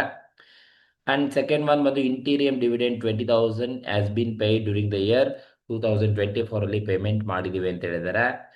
Income tax 35,000 has been paid during the year 2024 ಅಲ್ಲಿ ಪೇಮೆಂಟ್ ಮಾಡಿದೀವಿ ಅಂತ ಹೇಳಿದ್ದಾರೆ. Prepare cash flow statement for the year 2024 ನಲ್ಲಿ ನೀವು ಕ್ಯಾಶ್ ಫ್ಲೋ ಸ್ಟೇಟ್ಮೆಂಟ್ ಅನ್ನ ಪ್ರಿಪೇರ್ ಮಾಡಿ ಅಂತ ಹೇಳಿದ್ದಾರೆ. ಸೊ ನೋಡಿ, ಓವರ್ ಆಲ್ ಇದು ಕ್ವಶನ್ ಅಲ್ಲಿ ಇರ್ತಕ್ಕಂಥದ್ದು. ನೀವು ಕ್ಯಾಶ್ ಫ್ಲೋ ಸ್ಟೇಟ್ಮೆಂಟ್ ಅನ್ನ ಪ್ರಿಪೇರ್ ಮಾಡಬೇಕು ಅಂದ್ರೆ first step necessary ledger account ಅನ್ನ ಪ್ರಿಪೇರ್ ಮಾಡ್ಕೋಬೇಕು. ಯಾವುದಕ್ಕೆ ಲೆಡ್ಜರ್ ಮಾಡಬೇಕು ಅಂದ್ರೆ ನಿಮಗೆ ಬ್ಯಾಲೆನ್ಸ್ ಶೀಟ್ ಅಲ್ಲಿ ಕೊಟ್ಟಿರೋ ಎಲ್ಲ ಐಟಮ್ಸ್ ಅಲ್ಲೂ ಯಾವ ಐಟಮ್ಗೆ ಅಡ್ಜಸ್ಟ್ಮೆಂಟ್ ಕೊಟ್ಟಿರ್ತಾರೆ ಆ ಅಡ್ಜಸ್ಟ್ಮೆಂಟ್ಗೆ ನೀವು ಲೆಡ್ಜರ್ ಅಕೌಂಟ್ ಅನ್ನ ಮಾಡಬೇಕಾಗುತ್ತೆ. ಅದಾದ್ಮೇಲೆ ನೀವು ಕ್ಯಾಶ್ ಫ್ಲೋ ಸ್ಟೇಟ್ಮೆಂಟ್ ಅನ್ನ ಪ್ರಿಪೇರ್ ಮಾಡಬೇಕಾಗುತ್ತೆ. ಬನ್ನಿ ಸಿಂಪಲ್ ಆಗಿ ಹೇಳ್ಕೊಡ್ತೀನಿ ಯಾವ ತರ ನೀವು ಕ್ಯಾಶ್ ಫ್ಲೋ ಸ್ಟೇಟ್ಮೆಂಟ್ ಅನ್ನ ಮಾಡಬೇಕು ಅಂತ ಹೇಳಿದ್ರೆ, ಫಸ್ಟ್ ಲೆಡ್ಜರ್ ಅಕೌಂಟ್ ಮಾಡೋಣ. ಸೊ ನೋಡಿ, ಕ್ಯಾಶ್ ಫ್ಲೋ ಸ್ಟೇಟ್ಮೆಂಟ್ ಅನ್ನ ಮಾಡ್ಬೇಕಾದ್ರೆ ಫಸ್ಟ್ ನೆಸೆಸರಿ ಲೆಡ್ಜರ್ ಅಕೌಂಟ್ ಅನ್ನ ಪ್ರಿಪೇರ್ ಮಾಡಬೇಕು. ಯಾವುದಕ್ಕೆ ಲೆಡ್ಜರ್ ಅಕೌಂಟ್ ಅಂತ ಹೇಳಿದ್ರೆ, ಈ ಬ್ಯಾಲೆನ್ಸ್ ಶೀಟ್ ಅಲ್ಲಿ ಕೊಟ್ಟಿರ್ತಕ್ಕಂಥ ಐಟಮ್ಗೆ ಏನಾದರೂ ಅಡ್ಜಸ್ಟ್ಮೆಂಟ್ ಕೊಟ್ಟಿದ್ರೆ, ನಾನ್ ಕರೆಂಟ್ ಅಸೆಟ್ಸ್, ನಾನ್ ಕರೆಂಟ್ ಲಯಬಿಲಿಟೀಸ್ ಸಂಬಂಧಪಟ್ಟಂತ ಅಡ್ಜಸ್ಟ್ಮೆಂಟ್ ಇದ್ರೆ ನೀವು ಲೆಡ್ಜರ್ ಅಕೌಂಟ್ ಅನ್ನ ಮಾಡಬೇಕು. ಈಗ ನಾನು ಲಯಬಿಲಿಟಿ ಸೈಡ್ ಪ್ರಾವಿಷನ್ ಫಾರ್ ಟ್ಯಾಕ್ಸ್ಗೆ ನಾನು ಲೆಡ್ಜರ್ ಅಂತ ಬರ್ದಿದ್ದೀನಿ. ಏನಕ್ಕೆ ಅಂದ್ರೆ provision for tax related adjustment ಅನ್ನ ಕೊಟ್ಟಿದ್ದಾರೆ. ನೋಡಿ, ಟ್ಯಾಕ್ಸ್ ಅನ್ನ ವರ್ಡ್ ನೀವು ಯಾವ ಐಟಮ್ ತಗೊಳ್ತೀರೋ ಆ ಐಟಮ್ ವರ್ಡ್ ಅಡ್ಜಸ್ಟ್ಮೆಂಟ್ ಅಲ್ಲಿ ಇದ್ರೆ ನೀವು ಲೆಡ್ಜರ್ ಮಾಡಲೇಬೇಕು ಅಂತ ಅರ್ಥ. ಸಿಂಪಲ್ ಆಗಿ ಹೇಳ್ಕೊಡ್ತೀನಿ ನೋಡಿ. ಈಗ provision for tax balance sheet ಅಲ್ಲಿ ಯಾವ ಸೈಡ್ ಇದೆಯಪ್ಪ? ಲಯಬಿಲಿಟಿ ಸೈಡ್ ಇದೆ. ನೀವು ಲಯಬಿಲಿಟಿ ಸೈಡ್ ಇರ್ತಕ್ಕಂಥ ಯಾವುದೇ ಐಟಮ್ಸ್ ಲೆಡ್ಜರ್ ಅಕೌಂಟ್ ಮಾಡ್ತೀರಾ ಅಂತ ಹೇಳಿದ್ರೆ, ಸೊ ನೀವು ಲೆಡ್ಜರ್ ಅಕೌಂಟ್ ಅನ್ನ ಮಾಡಬೇಕಾದ್ರೆ ಲಯಬಿಲಿಟಿ ಸೈಡ್ ಇರೋದು ಮಾಡ್ತೀರಾ ಅಂದ್ರೆ ಓಪನಿಂಗ್ ಬ್ಯಾಲೆನ್ಸ್ ಅನ್ನ ನೀವು ಕ್ರೆಡಿಟ್ ಸೈಡೇ ತಗೋಬೇಕು. So opening balance by balance brought down, by balance brought down ಅಂತ ಕರಿತಾ ಹೋಗ್ತೀವಿ. ಓಪನಿಂಗ್ ಬ್ಯಾಲೆನ್ಸ್ ಅನ್ನ ನೀವು ಕ್ರೆಡಿಟ್ ಸೈಡೇ ತಗೋಬೇಕು. ಈಗ first year is opening balance, second year is closing balance. Liability side ಇದೆ ಓಪನಿಂಗ್ ಬ್ಯಾಲೆನ್ಸ್ 40,000 ನಾನು ಕ್ರೆಡಿಟ್ ಸೈಡ್ ಬ್ರಾಡ್ ಡೌನ್ ಮಾಡಿಕೊಂಡೆ. ಓಪನಿಂಗ್ ಕ್ರೆಡಿಟ್ ಸೈಡ್ ತಗೊಂಡ್ರೆ ನೀವು ಕ್ಲೋಸಿಂಗ್ ಬ್ಯಾಲೆನ್ಸ್ ಅನ್ನ ಡೆಬಿಟ್ ಸೈಡ್ ತಗೊಳ್ಳಿ ಟು ಬ್ಯಾಲೆನ್ಸ್ ಕ್ಯಾರಿ ಡೌನ್. ಎಷ್ಟಿದೆ closing balance provision for tax ಅಂದ್ರೆ 50,000 ಇದೆ. So once opening and closing balance ಅನ್ನ ನೀವು ತಗೊಂಡಾದ್ಮೇಲೆ ಅಡ್ಜಸ್ಟ್ಮೆಂಟ್ ಅಲ್ಲಿ ಏನಂದ್ರೆ ಕೊಟ್ಟಿದ್ದಾರೆ ನೋಡಿ. ನೋಡಿ, ಟ್ಯಾಕ್ಸ್ ರಿಲೇಟೆಡ್ ಒಂದು ಅಡ್ಜಸ್ಟ್ಮೆಂಟ್ ಕಂಪಲ್ಸರಿ ಎಲ್ಲ ಕ್ವಶನ್ ಪೇಪರ್ ಅಲ್ಲೂ ಕೂಡ ಟ್ಯಾಕ್ಸ್ ರಿಲೇಟೆಡ್ ಒಂದು ಅಡ್ಜಸ್ಟ್ಮೆಂಟ್ ಕಂಪಲ್ಸರಿ ಕೊಟ್ಟಿರ್ತಾರೆ. ಆ ಅಡ್ಜಸ್ಟ್ಮೆಂಟ್ ಯಾವ ತರನಾದ್ರೂ ಕೊಡ್ಲಿ, ಟ್ಯಾಕ್ಸ್ ರಿಲೇಟೆಡ್ ಅಡ್ಜಸ್ಟ್ಮೆಂಟ್ ಅಲ್ಲಿ ನೀವು ನೋಡ್ಬೇಕಾಗಿರೋದು ಪೇಯ್ಡ್ ಅನ್ನೋ ವರ್ಡ್ ಕೊಟ್ಟಿಲ್ವಾ ಅಷ್ಟನ್ನ ಮಾತ್ರ ಅಬ್ಸರ್ವ್ ಮಾಡಿ. Income tax 35,000 has been paid during 2024. ನೀವು ಟ್ಯಾಕ್ಸ್ ರಿಲೇಟೆಡ್ ಏನೇ ಸೆಂಟೆನ್ಸ್ ಕೊಡ್ಲಿ, ಪೇಯ್ಡ್ ಅನ್ನೋ ವರ್ಡ್ ಇದೆಯಾ ಇಲ್ವಾ ಅಷ್ಟು ಮಾತ್ರ ನೋಡಿ. ನೋಡಿ, ಈ ಸೆಂಟೆನ್ಸ್ ಅಲ್ಲಿ ಪೇಯ್ಡ್ ಅನ್ನೋ ವರ್ಡ್ ಕೊಟ್ಟಿದ್ದಾರೆ. ಪೇಯ್ಡ್ ಕೊಟ್ಟಿದ್ದಾರೆ ಅಂತ ಹೇಳಿದ್ರೆ ನೀವು ಡೆಬಿಟ್ ಸೈಡೇ ತಗೋಬೇಕು. To tax paid, to tax paid ಅಂತ ತಗೊಳ್ಳಿ. ಎಷ್ಟಪ್ಪ ಕೊಟ್ಟಿದ್ದಾರೆ? 35,000 ಕೊಟ್ಟಿದ್ದಾರೆ. ಪೇಯ್ಡ್ ಅಂತ ಕೊಟ್ರೆ ಮಾತ್ರ ನೀವು ಡೆಬಿಟ್ ಸೈಡ್ ತಗೋಬೇಕು. ಪೇಯ್ಡ್ ಅನ್ನೋ ವರ್ಡ್ ಇಲ್ಲ ಅಂತ ಹೇಳಿದ್ರೆ ನೀವು ಕ್ರೆಡಿಟ್ ಸೈಡ್ ಅನ್ನ ತಗೋಬೇಕು. ಅಡ್ಜಸ್ಟ್ಮೆಂಟ್ ಅಲ್ಲಿ ಯಾವ ತರ ಬೇಕಾದ್ರೂ ಕೊಡ್ಬೋದು. ಪೇಯ್ಡ್ ಇದೆಯಾ, ಜಸ್ಟ್ ಪೇಯ್ಡ್ ಇದೆಯಾ ಇಲ್ವಾ ಅಷ್ಟು ಮಾತ್ರ ನೋಡಿ. ಪೇಯ್ಡ್ ಇದೆ ಅಂತ ಹೇಳಿದ್ರೆ ಡೆಬಿಟ್ ಸೈಡ್ ತಗೊಳ್ಳಿ. ಪೇಯ್ಡ್ ಅನ್ನೋ ವರ್ಡ್ ಇಲ್ಲ ಅಂತ ಹೇಳಿದ್ರೆ ನೀವು ಕ್ರೆಡಿಟ್ ಸೈಡ್ ತಗೋಬೇಕಾಗುತ್ತೆ. ಬಟ್ ಈ ಪ್ರಾಬ್ಲಮ್ ಅಲ್ಲಿ ಪೇಯ್ಡ್ ಅಂತ ಕೊಟ್ಟಿದ್ದಾರೆ, ಹಾಗಾಗಿ ನಾನು ಡೆಬಿಟ್ ಸೈಡೇ ತಗೊಂಡಿದ್ದೇನೆ. ಇವೆರಡೇ ಅಡ್ಜಸ್ಟ್ಮೆಂಟ್ ಟ್ಯಾಕ್ಸ್ ರಿಲೇಟೆಡ್ ಬರೋದು. ಇಲ್ಲ ಪೇಯ್ಡ್ ಇದೆ ಅಂತ ಕೊಡಬೇಕು, ಇಲ್ಲ ಪೇಯ್ಡ್ ಇಲ್ಲ ಅಂತ ಬೇಕಾದ್ರೆ ಹೇಳಿರಬೇಕು. ಬಟ್ ನೀವು ಕೊಟ್ಟಿರೋ ಸೆಂಟೆನ್ಸ್ ಅಲ್ಲಿ ಪೇಯ್ಡ್ ಅನ್ನೋ ವರ್ಡ್ ಇದೆಯಾ ಇಲ್ವಾ ಅಷ್ಟು ಮಾತ್ರ ಅಬ್ಸರ್ವ್ ಮಾಡಿ. ಪೇಯ್ಡ್ ಅನ್ನೋ ವರ್ಡ್ ಇಲ್ಲ ಅಂತ ಹೇಳಿದ್ರೆ ಕ್ರೆಡಿಟ್ ಸೈಡ್ ತಗೊಳ್ಳಿ. ಸರ್ ಪೇಯ್ಡ್ ಕೊಟ್ಟಿದ್ದಾರೆ ಅಂತ ಹೇಳಿದ್ರೆ, ಪೇಯ್ಡ್ ಅನ್ನೋ ವರ್ಡ್ ಇದೆ ಆ ಸೆಂಟೆನ್ಸ್ ಅಲ್ಲಿ ಅಂತ ಹೇಳಿದ್ರೆ ನೀವು ಡೆಬಿಟ್ ಸೈಡೇ ತಗೋಬೇಕಾಗುತ್ತೆ. ಈಗ ಟೋಟಲ್ ಮಾಡಿ. ಸೊ ಯಾವ ಸೈಡ್ ಜಾಸ್ತಿ ಇದೆ? ಡೆಬಿಟ್ ಸೈಡ್ ಜಾಸ್ತಿ ಇದೆ. 50 + 35 ಎರಡು ಟೋಟಲ್ ಮಾಡಿದ್ರೆ ಟೋಟಲ್ ಬಂದು 85,000 ಡೆಬಿಟ್ ಸೈಡ್ ಇದೆ. ಸೊ ಕ್ರೆಡಿಟ್ ಸೈಡ್ ಕೂಡ 85,000 ಬರಬೇಕು. 85,000 ಬರಬೇಕು. ಹಾಗಾಗಿ ಎಷ್ಟು ಡಿಫ್ರೆನ್ಸ್ ಬರ್ತಾ ಇದೆ ಅಂತ ಹೇಳಿದ್ರೆ ಇನ್ನು 45,000 ರುಪೀಸ್ ಡಿಫ್ರೆನ್ಸ್ ಬರ್ತಾ ಇದೆ. ಈ ಡಿಫ್ರೆನ್ಸ್ನ ನೀವೇನಂತ ಟ್ರೀಟ್ ಮಾಡಬೇಕಪ್ಪ ಅಂದರೆ so balance by profit and loss account. Profit and loss account ಅಂತ ತಗೋಬೇಕು. This is balancing figure. ಈ ಬ್ಯಾಲೆನ್ಸಿ ಫಿಗರ್ ನೀವು by profit and loss account ಅಂತ ಟ್ರೀಟ್ ಮಾಡಬೇಕಾಗತ್ತೆ. ಸೊ ಇದನ್ನು ನಾವು ಬ್ಯಾಲೆನ್ಸಿ ಫಿಗರ್ ಅಂತ ಟ್ರೀಟ್ ಮಾಡಬೇಕು. ಇಷ್ಟೇ ಟ್ಯಾಕ್ಸ್ ರಿಲೇಟೆಡ್ ಅಡ್ಜಸ್ಟ್ಮೆಂಟ್ ಬರೋದು ಇಷ್ಟೇ. ಟ್ಯಾಕ್ಸ್ ಯಾವಾಗಲೂ ಅಡ್ಜಸ್ಟ್ಮೆಂಟಲ್ಲಿ ಇರುತ್ತೆ. ಸೊ ಲೆಡ್ಜರ್ ಮಾಡಲೇಬೇಕು. ಓಪನಿಂಗ್ ಬ್ಯಾಲೆನ್ಸ್ನ ನೀವು ಕ್ರೆಡಿಟ್ ಸೈಡ್ ತಗೊಳ್ಳಿ, ಕ್ಲೋಸಿಂಗ್ ಬ್ಯಾಲೆನ್ಸ್ನ ಡೆಬಿಟ್ ಸೈಡ್ ತಗೊಳ್ಳಿ. ಅಡ್ಜಸ್ಟ್ಮೆಂಟಲ್ಲಿ ಏನೇ ಕೊಡಲಿ, ಪೇಯ್ಡ್ ಅನ್ನೋ ಒಂದು ವರ್ಡ್ ಕೊಟ್ಟಿದ್ದಾರಾ, ಪೇಯ್ಡ್ ಅನ್ನೋ ವರ್ಡ್ ಕೊಟ್ಟಿಲ್ವಾ ಅಷ್ಟು ಮಾತ್ರ ನೋಡಿ. ಪೇಯ್ಡ್ ಕೊಟ್ಟಿದ್ದಾರೆ ಅಂದರೆ ನೀವು ಡೆಬಿಟ್ ಸೈಡ್ ತಗೊಳ್ಳಿ. ಸರ್ ಅಡ್ಜಸ್ಟ್ಮೆಂಟ್ ಇದೆ, ಪೇಯ್ಡ್ ಕೊಟ್ಟಿಲ್ಲ ಅಂತ ಹೇಳಿದ್ರೆ ನೀವು ಕ್ರೆಡಿಟ್ ಸೈಡೇ ತಗೋಬೇಕು. ಅವಾಗ ನಿಮಗೆ ಬ್ಯಾಲೆನ್ಸ್ ಫಿಗರ್ ಡೆಬಿಟ್ ಸೈಡ್ ಬರ್ತಾ ಹೋಗುತ್ತೆ. ಸೊ ಇಲ್ಲಿ ಪೇಯ್ಡ್ ಕೊಟ್ಟಿರೋದ್ರಿಂದ ನಾನು ಡೆಬಿಟ್ ಸೈಡ್ ತೊಗೊಂಡಿದ್ದೀನಿ. ಸೊ ಹಾಗಾಗಿ ಡೆಬಿಟ್ ಸೈಡ್ ಜಾಸ್ತಿ ಇದೆ, ಕ್ರೆಡಿಟ್ ಸೈಡ್ ಕಡಿಮೆ ಇದೆ. ಎಷ್ಟು ಕಡಿಮೆ ಇದೆ ಅದನ್ನು ನಾವು ಪ್ರಾಫಿಟ್ ಅಂಡ್ ಲಾಸ್ ಅಕೌಂಟ್ಗೆ ಕಳಿಸ್ಬೇಕು. ಹಾಗಾಗಿ ಬ್ಯಾಲೆನ್ಸ್ ಫಿಗರ್ನ by profit and loss account ಅಂತ ಟ್ರೀಟ್ ಮಾಡಿದ್ದೀನಿ. ಇದು ಮೊದಲನೇ ಲೆಡ್ಜರ್ ಅಕೌಂಟ್, ಲ್ಯಾಬಿಲಿಟಿ ಸೈಡ್ ಇರ್ತಕ್ಕಂಥದ್ದು. ಸೊ ಇನ್ಯಾವುದನ್ನ ಲ್ಯಾಬಿಲಿಟಿ ಸೈಡ್ ಲೆಡ್ಜರ್ ಮಾಡಬೇಕಂದ್ರೆ ಇನ್ಯಾವುದೂ ಇಲ್ಲ. ಸೊ ನಮಗೆ ಅಸೆಟ್ ಸೈಡ್ 2 ಲೆಡ್ಜರ್ ಅನ್ನ ಮಾಡಬೇಕು. ಒಂದು ಲ್ಯಾಂಡ್ ಅಂಡ್ ಬಿಲ್ಡಿಂಗ್ ಮತ್ತೆ ಪ್ಲಾನ್ಗೆ ಕೇಳಿದ್ದಾರೆ, ಅಡ್ಜಸ್ಟ್ಮೆಂಟ್ ಇದೆ. ಬಿಲ್ಡಿಂಗ್ಗೆ ಅಡ್ಜಸ್ಟ್ಮೆಂಟ್ ಅನ್ನ ಮಾಡಿ ಕೊಟ್ಟಿದ್ದಾರೆ. ಹಾಗಾಗಿ land and building ledger account ಅನ್ನ ಮಾಡೋಣ. ನೋಡಿ, land and building balance sheet ಅಲ್ಲಿ ಯಾವ ಸೈಡ್ ಇದೆಯಪ್ಪ ಅಂತ ಹೇಳಿದ್ರೆ ನೋಡಿ, asset side land and building ಕೊಟ್ಟಿದ್ದಾರೆ. ಓಪನಿಂಗ್ ಬ್ಯಾಲೆನ್ಸ್ 2 ಲ್ಯಾಕ್ ಇದೆ, ಕ್ಲೋಸಿಂಗ್ ಬ್ಯಾಲೆನ್ಸ್ 1,70,000 ಇದೆ. ನೋಡಿ, ನೀವು ಲಯಾಬಿಲಿಟಿ ಸೈಡ್ ಲೆಡ್ಜರ್ ಮಾಡ್ತೀರಾ ಅಂದ್ರೆ ಓಪನಿಂಗ್ ಕ್ರೆಡಿಟ್ ಸೈಡ್ ಬರಬೇಕು, ಕ್ಲೋಸಿಂಗ್ ಡೆಬಿಟ್ ಸೈಡ್ ಬರಬೇಕು. But land and building is an asset ledger ಮಾಡ್ತಾ ಇದ್ದೀರಾ ಅಂದ್ರೆ ಓಪನಿಂಗ್ ಬ್ಯಾಲೆನ್ಸ್, ನೀವು ಯಾವುದೇ ಅಸೆಟ್ ಲೆಡ್ಜರ್ ಮಾಡಿ ಓಪನಿಂಗ್ ಬ್ಯಾಲೆನ್ಸ್ ಅನ್ನ ಡೆಬಿಟ್ ಸೈಡ್ ತಗೊಳ್ಳಿ. To balance brought down 2 lakh rupees ಕೊಟ್ಟಿದ್ದಾರೆ. 2 ಲ್ಯಾಕ್ ರುಪೀಸ್ ಡೆಬಿಟ್ ಸೈಡ್ ತಗೊಂಡಿದ್ದೀನಿ. ಕ್ಲೋಸಿಂಗ್ ಬ್ಯಾಲೆನ್ಸ್ ಏನು ಕೊಟ್ಟಿದ್ದಾರೆ ಆ ಕ್ಲೋಸಿಂಗ್ ಬ್ಯಾಲೆನ್ಸ್ ಅನ್ನ ನೀವು ಕ್ರೆಡಿಟ್ ಸೈಡ್ ತಗೊಳ್ಳಿ. By balance carry down 1,70,000. ನೋಡಿ, ಇದು assets, fixed asset, tangible fixed assets. ನೀವು ಯಾವುದೇ ಲೆಡ್ಜರ್ ಮಾಡ್ತೀರಾ, ಸೊ ಯಾವುದೇ ಅಸೆಟ್ ನೀವು ಲೆಡ್ಜರ್ ಮಾಡಿ, ಓಪನಿಂಗ್ ಬ್ಯಾಲೆನ್ಸ್ ಡೆಬಿಟ್ ಸೈಡ್ ತಗೊಳ್ಳಿ, ಕ್ಲೋಸಿಂಗ್ ಬ್ಯಾಲೆನ್ಸ್ ಕ್ರೆಡಿಟ್ ಸೈಡ್ ತಗೊಳ್ಳಿ. ಈ ಓಪನಿಂಗ್ ಮತ್ತೆ ಕ್ಲೋಸಿಂಗ್ ತಗೊಂಡಾದ್ಮೇಲೆ ಅಡ್ಜಸ್ಟ್ಮೆಂಟ್ ಅಲ್ಲಿ ಏನೇನು ಕೊಡ್ಬೋದು ಅಂತ ಹೇಳಿದ್ರೆ ಸೊ ಇಲ್ಲೇ ಹೇಳ್ಬಿಡ್ತೀನಿ. ಅಡ್ಜಸ್ಟ್ಮೆಂಟ್ ಅಲ್ಲಿ ಏನೇನು ಕೊಟ್ರೆ ಯಾವ್ಯಾವ ಸೈಡ್ ತಗೋಬೇಕು ಅಂತ ಹೇಳಿದ್ರೆ ನೋಡಿ, ಅಪ್ರಿಸಿಯೇಷನ್ ಕೊಟ್ರೆ ಡೆಬಿಟ್ ಸೈಡ್ ತಗೊಳ್ಳಿ, ಡಿಪ್ರಿಸಿಯೇಷನ್ ಕೊಟ್ರೆ ಕ್ರೆಡಿಟ್ ಸೈಡ್ ತಗೊಳ್ಳಿ. ಅಡ್ಜಸ್ಟ್ಮೆಂಟ್ ಅಲ್ಲಿ ಪ್ರಾಫಿಟ್ ಕೊಟ್ರೆ ಡೆಬಿಟ್ ಸೈಡ್ ತಗೊಳ್ಳಿ, ಲಾಸ್ ಕೊಟ್ರೆ ಕ್ರೆಡಿಟ್ ಸೈಡ್ ತಗೊಳ್ಳಿ. ಪರ್ಚೇಸ್ ಅಡ್ಜಸ್ಟ್ಮೆಂಟ್ ಕೊಟ್ರೆ ಡೆಬಿಟ್ ಸೈಡ್ ತಗೊಳ್ಳಿ, ಸೇಲ್ಸ್ ಅಡ್ಜಸ್ಟ್ಮೆಂಟ್ ಕೊಟ್ರೆ ಕ್ರೆಡಿಟ್ ಸೈಡ್ ತಗೊಳ್ಳಿ. ಸೊ ನಾವು ಅಡ್ಜಸ್ಟ್ ಮಾಡಿದಾಗ ನಿಮಗೆ ಬ್ಯಾಲೆನ್ಸ್ ಫಿಗರ್ ಏನಾದರೂ ಬರ್ಬೋದು. ಡೆಬಿಟ್ ಸೈಡ್ ಬಂದರೆ ಪರ್ಚೇಸ್, ಕ್ರೆಡಿಟ್ ಸೈಡ್ ಬಂದರೆ ಸೇಲ್ಸ್ ಅಂತ ಟ್ರೀಟ್ ಮಾಡ್ತೀವಿ. ಸೊ ಈಗ ನಾನು ಓಪನಿಂಗ್ ಬ್ಯಾಲೆನ್ಸ್ ಅಂಡ್ ಕ್ಲೋಸಿಂಗ್ ಬ್ಯಾಲೆನ್ಸ್ನ ತೊಗೊಂಡಾದ್ಮೇಲೆ ಅಡ್ಜಸ್ಟ್ಮೆಂಟಲ್ಲಿ ಲ್ಯಾಂಡ್ ಆ್ಯಂಡ್ ಬಿಲ್ಡಿಂಗ್ ಬಗ್ಗೆ ಏನಾದರೂ ಇದೆಯಾ ಅಂತ ಹೇಳಿದ್ರೆ ನೋಡಿ, ಮೊದಲನೇದು ಹೇಳಿದರೆ depreciation 20,000 on land and building. ಯಾವುದು ಇದು 20,000 ಲ್ಯಾಂಡ್ ಆ್ಯಂಡ್ ಬಿಲ್ಡಿಂಗ್ ಡಿಪ್ರಿಸಿಯೇಷನ್ ಕೊಟ್ಟಿದ್ದಾರೆ. ಸೊ ಹಾಗಾಗಿ ಡಿಪ್ರಿಸಿಯೇಷನ್ ಕೊಟ್ಟರೆ ನನ್ನ ಕ್ರೆಡಿಟ್ ಸೈಡ್ ತಗೋಬೇಕು. ಡಿಪ್ರಿಸಿಯೇಷನ್ 20,000. ಸಪೋಸ್ ಡಿಪ್ರಿಸಿಯೇಷನ್ ಬದಲು ಅಪ್ರಿಸಿಯೇಷನ್ ಕೊಟ್ಬಿಟ್ಟಿದ್ರೆ ನಾನು ಡೆಬಿಟ್ ಸೈಡ್ ತಗೊಳ್ತಿದ್ದೆ. ಅದೇ ಥರ ಇನ್ಯಾವುದನ್ನ ಲ್ಯಾಂಡ್ ಆ್ಯಂಡ್ ಬಿಲ್ಡಿಂಗ್ಗೆ loss on sale of land and building ಅಂತ ಏನಾದರೂ ಇದೆಯಾ? ಇಲ್ಲ. Suppose loss on sale of building ಕೊಟ್ಟಿದ್ರೆ ನಾನು ಕ್ರೆಡಿಟ್ ಸೈಡ್ ತಗೊಳ್ತಿದ್ದೆ. ಪ್ರಾಫಿಟ್ ಕೊಟ್ಬಿಟ್ಟಿದ್ರೆ ಡೆಬಿಟ್ ಸೈಡ್ ತಗೊಳ್ತಿದ್ದೆ. ಏನಾದರೂ ಪರ್ಚೇಸ್ ಅಥವಾ ಸೇಲ್ಸ್ ಬಗ್ಗೆ ಅಡ್ಜಸ್ಟ್ಮೆಂಟ್ ಇದೆಯಾ ಲ್ಯಾಂಡ್ ಆ್ಯಂಡ್ ಬಿಲ್ಡಿಂಗ್? ಏನೂ ಇಲ್ಲ. ಇದ್ದಿದ್ರೆ ನಾನು ಡೆಬಿಟ್ ಸೈಡ್ ಪರ್ಚೇಸ್ ತಗೊಳ್ತಿದ್ದೆ, ಕ್ರೆಡಿಟ್ ಸೈಡ್ ಸೇಲ್ಸನ್ನು ತಗೋಬೇಕಿತ್ತು. ಇಷ್ಟೇ ಅಡ್ಜಸ್ಟ್ಮೆಂಟು ಅಸೆಟ್ ರಿಲೇಟೆಡ್ ಬರೋದು. ಓಪನಿಂಗ್ ಡೆಬಿಟ್, ಕ್ಲೋಸಿಂಗ್ ಕ್ರೆಡಿಟ್, ಆಯಾ ರೆಸ್ಪೆಕ್ಟಿವ್ ಅಸೆಟ್ನ ತಗೋಬೇಕು.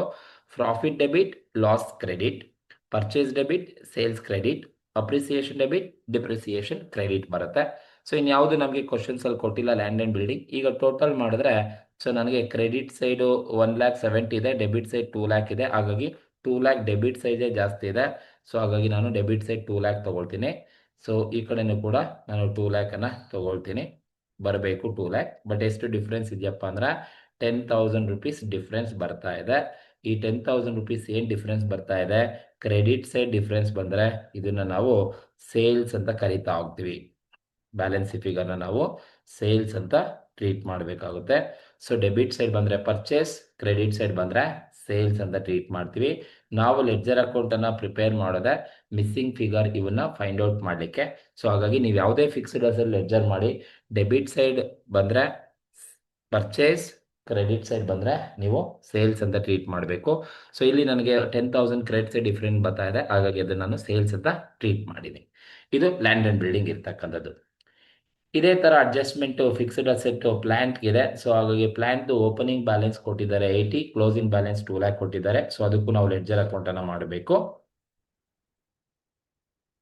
So opening balance plant asset ಆಗಿಂದ ಓಪನಿಂಗ್ ಬ್ಯಾಲೆನ್ಸ್ನ ಡೆಬಿಟ್ ಸೈಡ್ ತಗೊಳ್ಳಿ. To balance brought down, opening balance brought down ಮಾಡ್ತಾ ಇದ್ದೀನಿ. 80,000 ಕೊಟ್ಟಿದ್ದಾರೆ.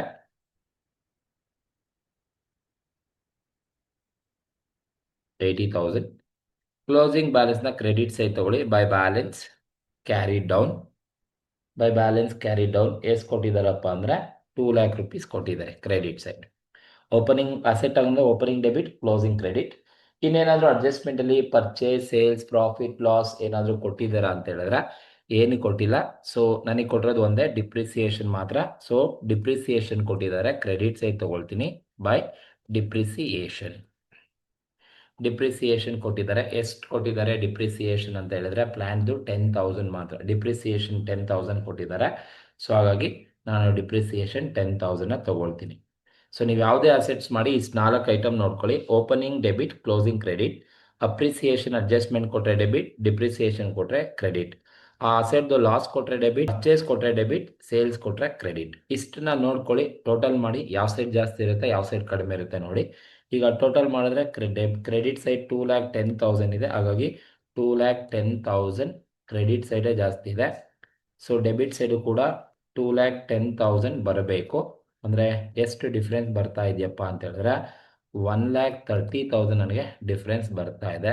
ಸೊ ಡೆಬಿಟ್ ಸೈಡ್ ಏನಾದರೂ ಡಿಫ್ರೆನ್ಸ್ ಬಂದರೆ ಇದನ್ನು ನಾವು ಟು ಪರ್ಚೇಸ್ ಅಂತ ಕರಿತೀವಿ.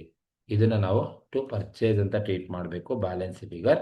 ನೀವು ಯಾವುದೇ ಅಸೆಟ್ಸ್ ಮಾಡಿ ಡೆಬಿಟ್ ಸೈಡ್ ಬ್ಯಾಲೆನ್ಸ್ ಫಿಗರ್ ಬಂದರೆ purchase, credit side balance figure ಬಂದರೆ ಸೇಲ್ಸ್. ಇಷ್ಟು ನೀವು ಅಸೆಟ್ ಅಕೌಂಟನ್ನು ಮಾಡಬೇಕಾದ್ರೆ ನೋಡ್ಕೋಬೇಕಾಗುತ್ತೆ. Opening debit, closing credit, purchase debit, sales credit, loss debit, loss credit, ಇಷ್ಟು ಬರ್ತಕ್ಕಂಥದ್ದು. ಅಪ್ರಿಸಿಯೇಷನ್ ಆ್ಯಂಡ್ ಡಿಪ್ರಿಸಿಯೇಷನ್ ಇಷ್ಟು ರೆಕಾರ್ಡ್ ಮಾಡಿದಾದ್ಮೇಲೆ ಬ್ಯಾಲೆನ್ಸ್ ಟೋಟಲ್ ಮಾಡ್ಕೊಳ್ಳಿ. ಟೋಟಲ್ ಮಾಡಿದಾಗ ನಿಮಗೆ ಡಿಫ್ರೆನ್ಸ್ ಏನು ಬರುತ್ತೆ, ಕ್ರೆಡಿಟ್ ಸೈಡ್ ಬಂದರೆ ಸೇಲ್ಸ್, ಡೆಬಿಟ್ ಸೈಡ್ ಬಂದರೆ ಪರ್ಚೇಸ್. ಇದು ಫಸ್ಟ್ ನೆಸೆಸರಿ ಸ್ಟೆಪ್ಸ್ ಲೆಡ್ಜರ್ ಅಕೌಂಟನ್ನು ಮಾಡಿರ್ತಕ್ಕಂಥದ್ದು. Because of to find out missing ಫಿಗರ್ನ ಫೈಂಡ್ ಔಟ್ ಮಾಡಿರೋದು. ಇನ್ಯಾವುದಕ್ಕೂ ನಾವು ಲೆಡ್ಜರ್ ಮಾಡೋಂಗಿಲ್ಲ. ಇಲ್ಲಿ ಡಿವಿಡೆಂಡ್ಗೆ ಅಡ್ಜಸ್ಟ್ಮೆಂಟ್ ಇದೆ, ಬಟ್ ಡಿವಿಡೆಂಡ್ಗೆ ನಾವು ಲೆಡ್ಜರನ್ನು ಮಾಡೋ ಆಗಿಲ್ಲ, ಡೈರೆಕ್ಟಾಗಿ ಅಡ್ಜಸ್ಟ್ ಮಾಡ್ತೀವಿ. ಹಾಗಾಗಿ ಪ್ರಪೋಸ್ ಡಿವಿಡೆಂಡ್ಗೆ ಲೆಡ್ಜರನ್ನು ಮಾಡಲಿಕ್ಕೆ ಹೋಗಬೇಡಿ. ಸ್ಟೆಪ್ ಎಲ್ಲ ಆದಮೇಲೆ ಸೆಕೆಂಡ್ ಸ್ಟೆಪ್ ಏನು ಮಾಡಬೇಕಪ್ಪ ಅಂದರೆ ಕ್ಯಾಶ್ ಫ್ಲೋ ಸ್ಟೇಟ್ಮೆಂಟನ್ನು ಡೈರೆಕ್ಟಾಗಿ ಪ್ರಿಪೇರ್ ಮಾಡಬೇಕು. ನೋಡಿ, ಕ್ಯಾಶ್ ಫ್ಲೋ ಸ್ಟೇಟ್ಮೆಂಟಲ್ಲಿ 3 ಆಕ್ಟಿವಿಟೀಸ್ ಬರುತ್ತೆ. ಸೊ ನಿಮಗೆ ಗೊತ್ತಿರಬೇಕು. ಅದರಲ್ಲಿ ಮೊದಲನೇ ಆಕ್ಟಿವಿಟೀಸ್ ನಾವು ಮಾಡ್ತಾ ಇರೋದು ಯಾವುದಪ್ಪ ಅಂತ ಹೇಳಿದ್ರೆ cash from operating activity. First one activity ಏನಪ್ಪ ಅಂತ ಹೇಳಿದ್ರೆ cash from operating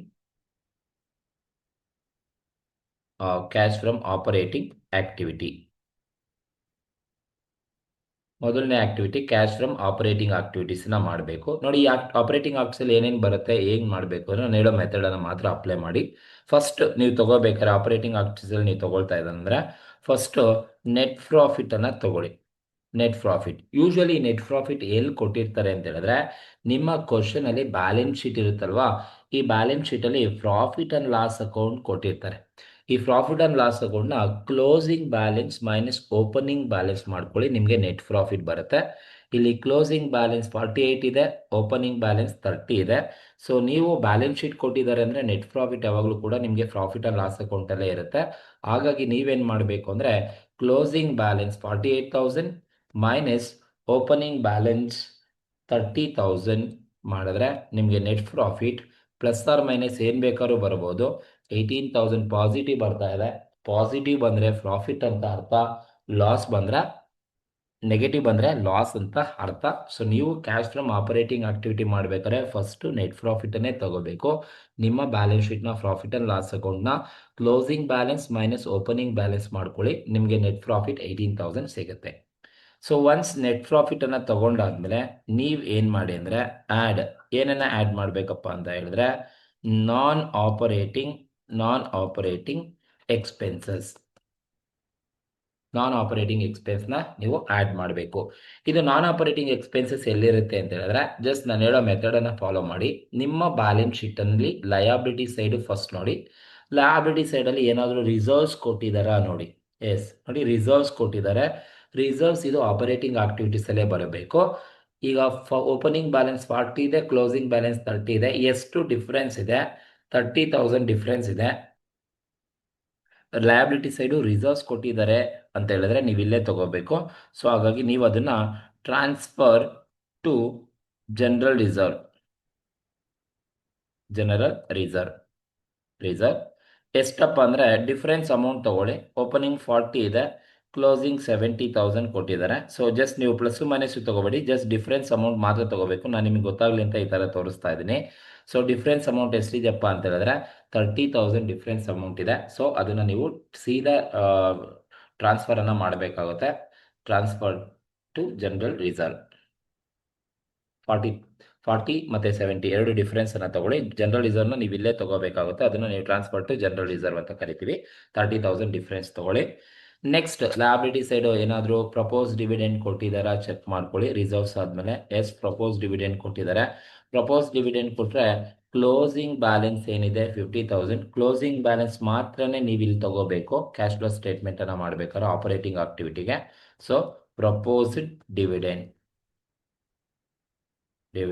closing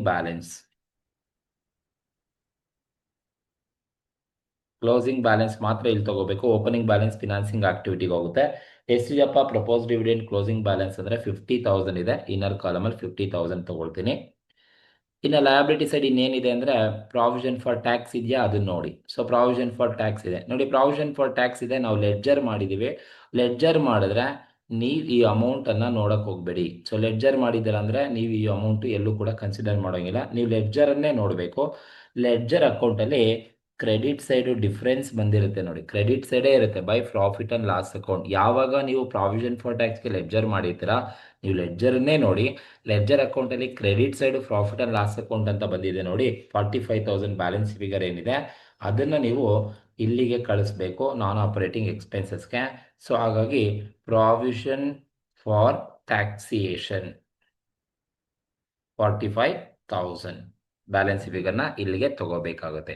so ನೋಡಿ, ಎಲ್ಲ ಕ್ವಶನಲ್ಲೂ ಈ ಮೂರು ಮಾತ್ರ ಲಯಬಿಲಿಟಿ ಸೈಡ್ ಸಿಗೋದು.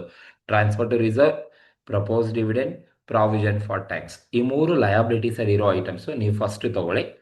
ಎಲ್ಲ ಲಯಬಿಲಿಟಿ ಸೈಡ್ ಆದಮೇಲೆ ಅಸೆಟ್ ಸೈಡ್ ಬನ್ನಿ. ಅಸೆಟ್ ಸೈಡು ಎರಡು ಐಟಮ್ಸನ್ನು ನೋಡಿ. ಅಸೆಟ್ ಸೈಡ್ ಏನಾದರೂ ಕೊಡಲಿ ನಿಮಗೆ. ಗುಡ್ ವಿಲ್ ಮತ್ತು ಪ್ರಿಲಿಮಿನರಿ ಎಕ್ಸ್ಪೆನ್ಸಸ್ ಕೊಟ್ಟಿದ್ದಾರಾ ಅಂತೇಳಿ ನೋಡಿ. ಜಸ್ಟ್ ನನಗೆ ಕ್ವಶನಲ್ಲಿ ಗುಡ್ ವಿಲ್ ಕೊಟ್ಟಿದ್ದಾರೆ. ಗುಡ್ ವಿಲ್ಗೆ ನಾವೇನಾದರೂ ಲೆಡ್ಜರ್ ಮಾಡಿದ್ದೀವಾ ಅಂದರೆ ಇಲ್ಲ. ಪ್ರಿಲಿಮಿನರಿ ಎಕ್ಸ್ಪೆನ್ಸಸ್ ಕೊಟ್ಟಿದ್ರೆ ಅದಕ್ಕೆ ಲೆಡ್ಜರ್ ಮಾಡಿದ್ದೀವಾ ನೋಡ್ಕೊಳ್ಳಿ, ಇಲ್ಲ. ಸೊ ಕ್ವಶನಲ್ಲಿ ಕೊಟ್ಟಿರೋದು ಗುಡ್ ವಿಲ್ ಮಾತ್ರನೇ. ಗುಡ್ ವಿಲ್ 1,15,000 ಇದ್ದಿದ್ದು 90,000 ಆಗಿದೆ. ಸೊ ಗುಡ್ ವಿಲ್ ಮತ್ತು ಪ್ರಿಲಿಮಿನರಿ ಎಕ್ಸ್ಪೆನ್ಸಸ್ ಬ್ಯಾಲೆನ್ಸ್ ಶೀಟಲ್ಲಿ ಕೊಟ್ಟಿದ್ದಾರೆ ಅಂದರೆ ನೀವು ನಾನ್ ಆಪರೇಟಿಂಗ್ ಎಕ್ಸ್ಪೆನ್ಸಲ್ಲಿ ತಗೋಬೇಕಾದ್ರೆ ಗುಡ್ ವಿಲ್ ರಿಟರ್ನ್ ಆಫ್ ಅಂತ ತಗೊಳ್ಳಿ. ಎಷ್ಟು ರಿಟರ್ನ್ ಆಫ್ ಆಗಿದೆಯಪ್ಪ ಅಂತ ಹೇಳಿದ್ರೆ 1,15,000 ಇದ್ದಿದ್ದು 90,000 ಆಯಿತು ಅಂತ ಹೇಳಿದ್ರೆ 1,15,000 ಇದ್ದಿದ್ದು 90,000 ಆಯಿತು ಅಂದರೆ ಎಷ್ಟು ಡಿಫ್ರೆನ್ಸ್ ಬರುತ್ತಪ್ಪ ಅಂತ ಹೇಳಿದ್ರೆ 25,000 ಡಿಫ್ರೆನ್ಸ್ ಬರ್ತಾ ಇದೆ. So 25,000 goodwill return off. So ಇದು ಗುಡ್ ವಿಲ್ ಅಸೆಟ್ ಸೈಡು ಇವೆರಡೇ. Goodwill return off, preliminary expenses. ಕ್ವಶನಲ್ಲಿ ಪ್ರಿಲಿಮಿನರಿ ಎಕ್ಸ್ಪೆನ್ಸ್ ಕೊಟ್ಟಿಲ್ಲ, ಹಾಗಾಗಿ ಬರಲ್ಲ. ಗುಡ್ ವಿಲ್ ಮಾತ್ರ ಕೊಟ್ಟಿದ್ದಾರೆ, ತೊಗೊಂಡಿದ್ದೀನಿ. ಸೊ ಇಷ್ಟು ಬ್ಯಾಲೆನ್ಸ್ ಶೀಟಲ್ಲಿರೋ ಐಟಮ್ಸನ್ನು ಫಸ್ಟ್ ನೀವು ತೊಗೊಳ್ಳಿ, ನಾನ್ ಆಪರೇಟಿಂಗ್ ಎಕ್ಸ್ಪೆನ್ಸಸ್. ಅದಾದಮೇಲೆ ಅಡ್ಜಸ್ಟ್ಮೆಂಟಿಗೆ ಬನ್ನಿ. ಯಾವ್ದಾವ್ದು ಎಕ್ಸ್ಪೆನ್ಸಸ್ ಅಂತ ಇರುತ್ತೆ ಅದನ್ನು ನೀವು ತೊಗೋಬೇಕಾಗುತ್ತೆ.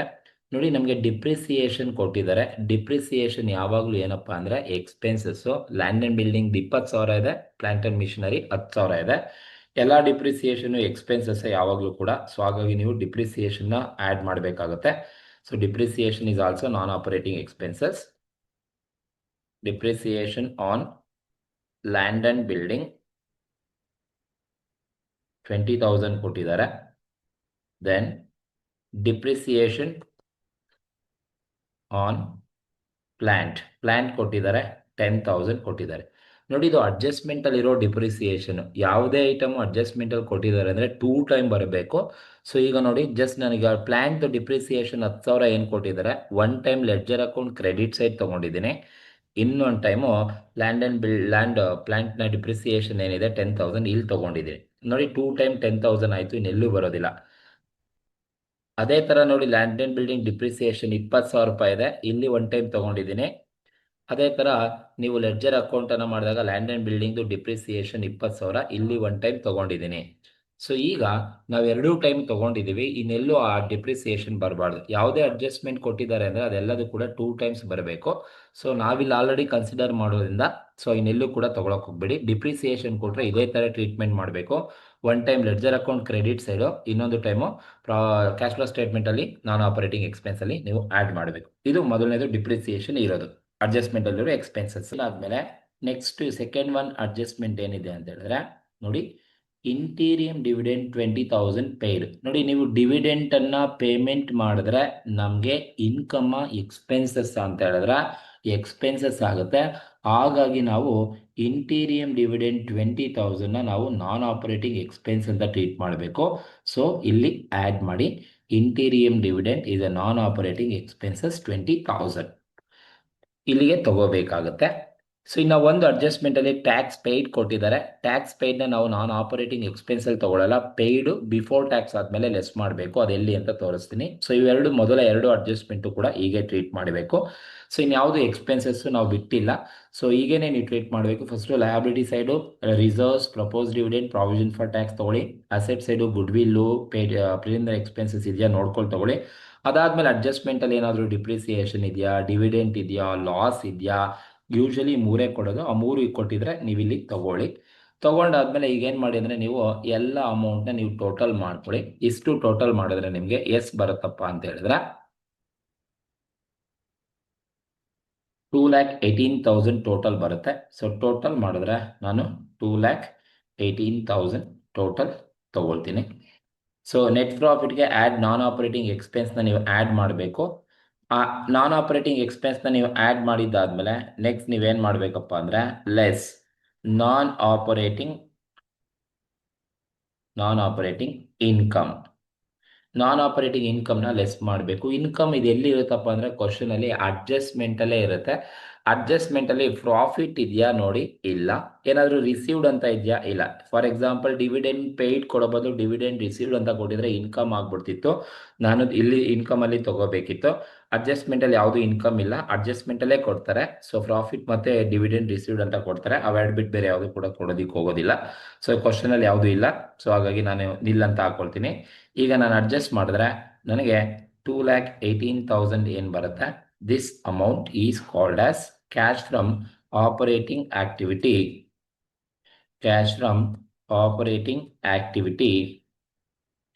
before working capital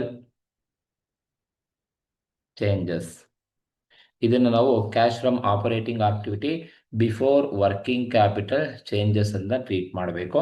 so net profit, add non operating expenses, less non operating income, you will get cash from operating activity before working capital changes ಅಂತ ಟ್ರೀಟ್ ಮಾಡ್ತೀವಿ. ಈಗ ನೀವು ವರ್ಕಿಂಗ್ ಕ್ಯಾಪಿಟಲ್ನ ಅಡ್ಜಸ್ಟ್ ಮಾಡಬೇಕು.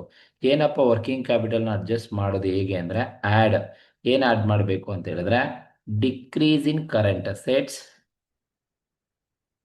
decreases in current assets, increases in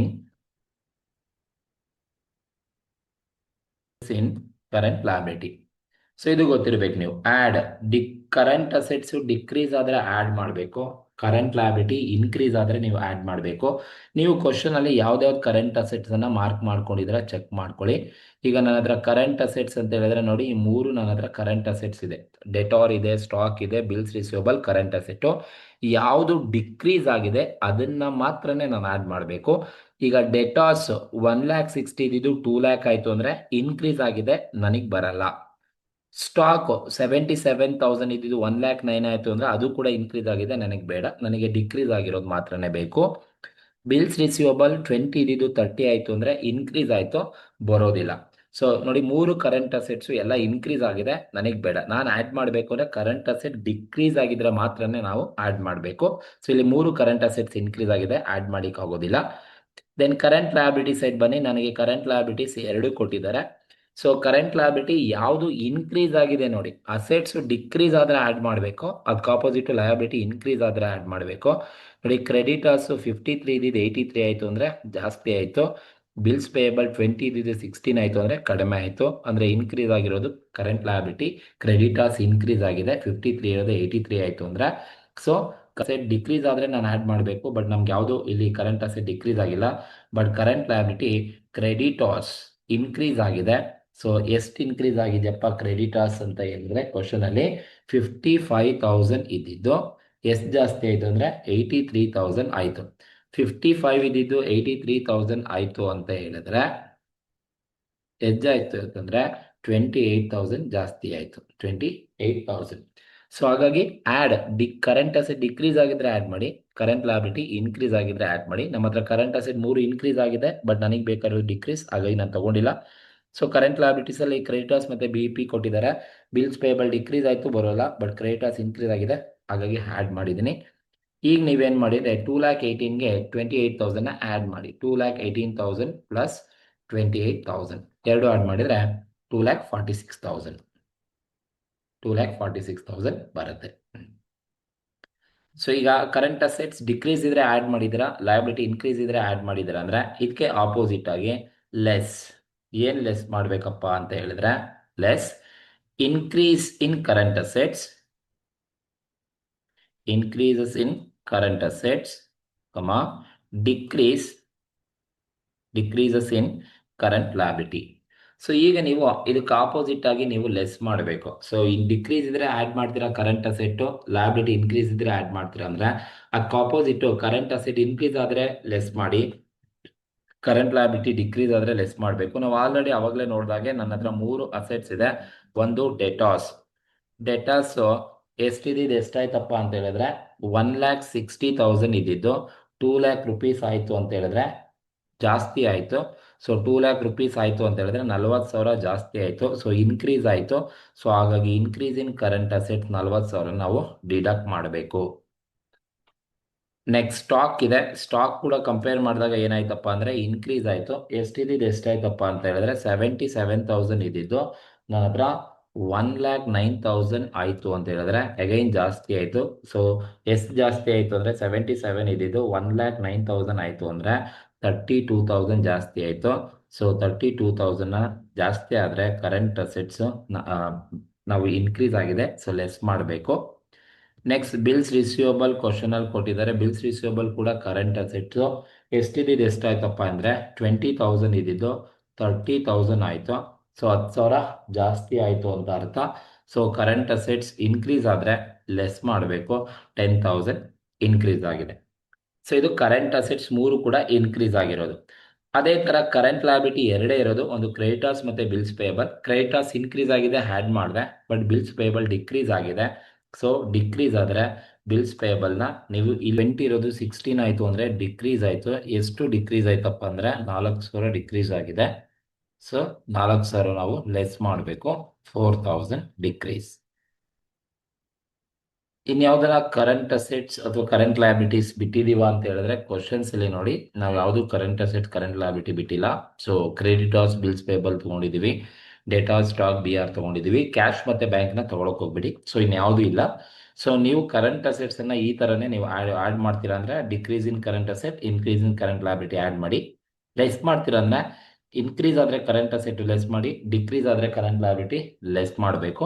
ಈಗ ಈ 2,46,000 ಇಷ್ಟನ್ನು ನಾವು adjust ಮಾಡಬೇಕು. ಸೊ ಲೆಸ್ ಮಾಡ್ತಾ ಹೋಗಿ. ಈಗ 2,46,000 ಮೈನಸ್ 40,000 ಮೈನಸ್ 32,000 ಮೈನಸ್ 10,000 ಮೈನಸ್ 4,000 ಇಷ್ಟು ಲೆಸ್ ಮಾಡಿದ್ರೆ ನಮಗೆ ಎಷ್ಟು ಬರುತ್ತಪ್ಪ ಅಂದರೆ 1,60,000 ಬರುತ್ತೆ. ದಟ್ ಈಸ್ 1,60,000 ಸಿಗುತ್ತೆ. ಇದನ್ನು ನಾವೇನಂತ ಟ್ರೀಟ್ ಮಾಡಬೇಕು ಅಂದರೆ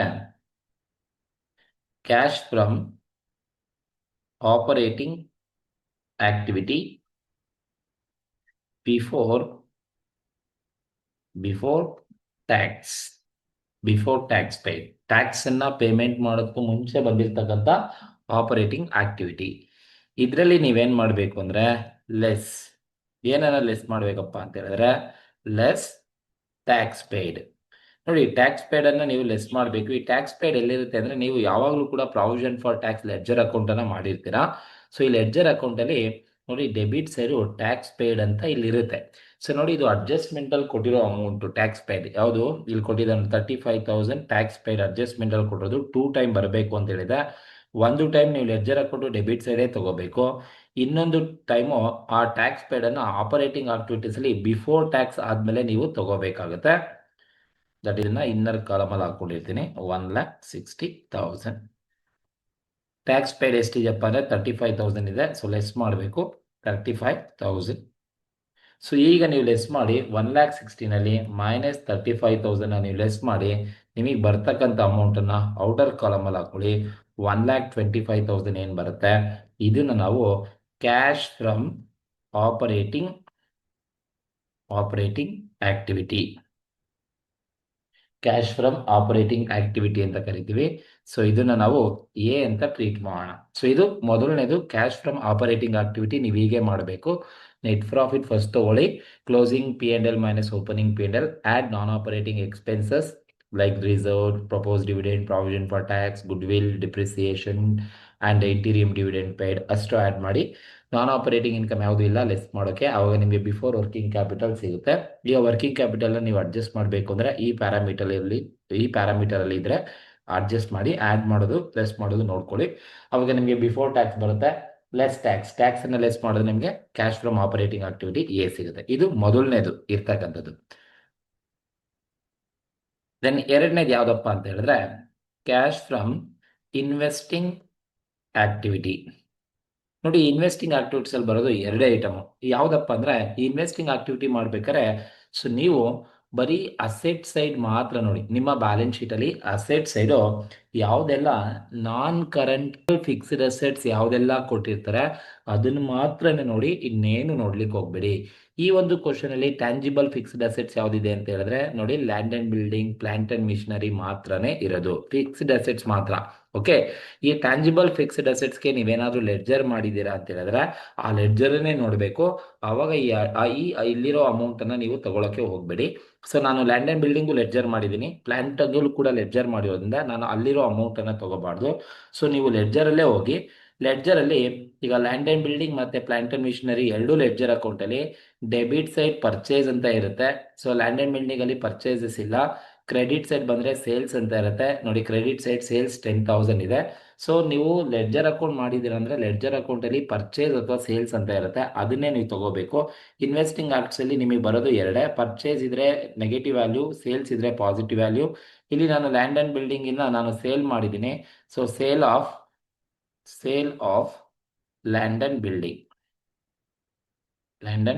ಬಿಲ್ಡಿಂಗ್ ಎಷ್ಟು ಬಂದಿದೆ ಅಂದರೆ ನನಗೆ 10,000 ಬಂದಿದೆ. ಪಾಸಿಟಿವ್ ವ್ಯಾಲ್ಯೂ ತೊಗೊಂಡಿದ್ದೀನಿ, ಲ್ಯಾಂಡ್ ಆ್ಯಂಡ್ ಬಿಲ್ಡಿಂಗ್ನ ಸೇಲ್ ಮಾಡಿದ್ದೀನಿ ಅಂತ. ಅದೇ ಥರ ನಾನು ಪ್ಲಾಂಟ್ ಆ್ಯಂಡ್ ಮಿಷನರಿ ಲೆಡ್ಜರ್ ಅಕೌಂಟನ್ನು ಮಾಡಿದಾಗ ನನಗೆ plant and machinery negative value ಸಿಗೋ ಪರ್ಚೇಸ್ ಬಂದ್ಬಿಟ್ಟಿದೆ. ಸೊ ಕ್ರೆಡಿಟ್ ಸೈಡ್ ಸೇಲ್ಸ್ ಅಂತ ಇಲ್ಲ, ಡೆಬಿಟ್ ಸೈಡ್ ಪರ್ಚೇಸ್ ಇದೆ, 1,30,000 ಇದೆ. ಸೊ ಆ ಪರ್ಚೇಸನ್ನು ನೀವು ತಗೋಬೇಕಾಗುತ್ತೆ. ಪರ್ಚೇಸ್ ಆಫ್ ಪ್ಲಾಂಟ್ ನೋಡಿ, ಪರ್ಚೇಸ್ ಮಾಡಿದ್ದೀರಾ ಅಂದರೆ ನಮ್ಮಿಂದ ಕ್ಯಾಶ್ ಹೊರಗಡೆ ಹೋಗುತ್ತೆ, ಹಾಗಾಗಿ ನಾವು ನೆಗೆಟಿವ್ ವ್ಯಾಲ್ಯೂನ ತಗೋಬೇಕು. ಸೇಲ್ಸ್ ಮಾಡಿದ್ರೆ ಪಾಸಿಟಿವ್ ವ್ಯಾಲ್ಯೂನ ತಗೋಬೇಕಾಗುತ್ತೆ. ಇನ್ವೆಸ್ಟಿಂಗ್ ಆಕ್ಟಿವಿಟೀಸಲ್ಲಿ ಬರೋದು ಇವೆರಡೆ, ಸೇಲ್ ಆಫ್ ಫಿಕ್ಸ್ಡ್ ಅಸೆಟ್ಸ್ ಇದೆಯಾ ಪಾಸಿಟಿವ್ ವ್ಯಾಲ್ಯೂ ತಗೊಳ್ಳಿ, ಪರ್ಚೇಸ್ ಆಫ್ ಫಿಕ್ಸ್ಡ್ ಅಸೆಟ್ಸ್ ಇದೆಯಾ ನೆಗೆಟಿವ್ ವ್ಯಾಲ್ಯೂ ತಗೊಳ್ಳಿ. ಈ ಪರ್ಚೇಸ್ ಸೇಲ್ಸ್ ಎಲ್ಲಿರುತ್ತೆ ಅಂದರೆ ನೀವು ಟ್ಯಾಂಜಿಬಲ್ ಫಿಕ್ಸ್ಡ್ ಅಸೆಟ್ಗೆ ಲೆಡ್ಜರ್ ಅಕೌಂಟನ್ನು ಮಾಡಿದ್ರೆ ನಿಮ್ಮ ಲೆಡ್ಜರ್ ಅಕೌಂಟಲ್ಲೇ ಇರುತ್ತೆ. ಸಪೋಸ್ ನೀವೇನಾದರೂ ಲೆಡ್ಜರ್ ಮಾಡಿಲ್ಲ ಅಂದರೆ ಕಂಪೇರ್ ಮಾಡಿ ಬ್ಯಾಲೆನ್ಸ್ ಅಮೌಂಟನ್ನು ಫಸ್ಟ್ ಇಯರಿಂದ ಸೆಕೆಂಡ್ ಇಯರ್ಗೆ ಕಂಪೇರ್ ಮಾಡಿ. ಜಾಸ್ತಿ ಆದರೆ ನಾನು ಪರ್ಚೇಸ್ ಮಾಡ್ಕೊಂಬಂದಿದ್ದೀನಿ ಅಂತ ಅರ್ಥ, ಕಡಿಮೆ ಆದರೆ ಸೇಲ್ಸ್ ಅಂತ ಅರ್ಥ. ಬಟ್ ನೀವು ಲೆಡ್ಜರ್ ಮಾಡಿದ್ದೀರಾ ಅಂದರೆ ಅಲ್ಲಿ ಕಂಪೇರ್ ಮಾಡೋಕ್ಕೆ ಹೋಗ್ಬೇಡಿ, ಅವಾಗ ನೀವು ಲೆಡ್ಜರಲ್ಲೇ ನೋಡಬೇಕು, ಅಲ್ಲಿ ನಿಮಗೆ ಸೇಲ್ ಅಥವಾ ಪರ್ಚೇಸ್ ಸಿಗುತ್ತೆ. ಸೊ ಈಗ ನಾನೀಗ ಅಡ್ಜಸ್ಟ್ ಮಾಡಿದ್ರೆ 10 ಪಾಸಿಟಿವ್ ಇದೆ, 130 ನೆಗೆಟಿವ್ ಇದೆ. ಎರಡು ಅಡ್ಜಸ್ಟ್ ಮಾಡಿದ್ರೆ ನನಗೆ ಬರ್ತಕ್ಕಂಥ ಅಮೌಂಟು 1,20,000 ಸಿಗುತ್ತೆ. ಇದನ್ನು ನಾವೇನಂತ ಟ್ರೀಟ್ ಮಾಡ್ತೀವಿ ಅಂದರೆ cash from investing activity. Cash from investing activity, this is called B. ಇದನ್ನ ನಾವು ಬಿ ಅಂತ ಟ್ರೀಟ್ ಮಾಡೋಣ. ಸೊ ಇನ್ವೆಸ್ಟಿಂಗ್ ಆಕ್ಟಿವಿಟೀಸ್ ಬರೋದು ಎರಡೇ, ಪರ್ಚೇಸ್ ಇದೆಯಾ ಸೇಲ್ಸ್ ಇದೆಯಾ ನೋಡಿಕೊಂಡು ತಗೋಬೇಕಾಗುತ್ತೆ. ಪರ್ಚೇಸ್ ಇದ್ರೆ ನೆಗೆಟಿವ್ ವ್ಯಾಲ್ಯೂ ತಗೊಳ್ಳಿ, ಸೇಲ್ಸ್ ಇದ್ರೆ ಪಾಸಿಟಿವ್ ವ್ಯಾಲ್ಯೂನ ತಗೋಬೇಕಾಗುತ್ತೆ.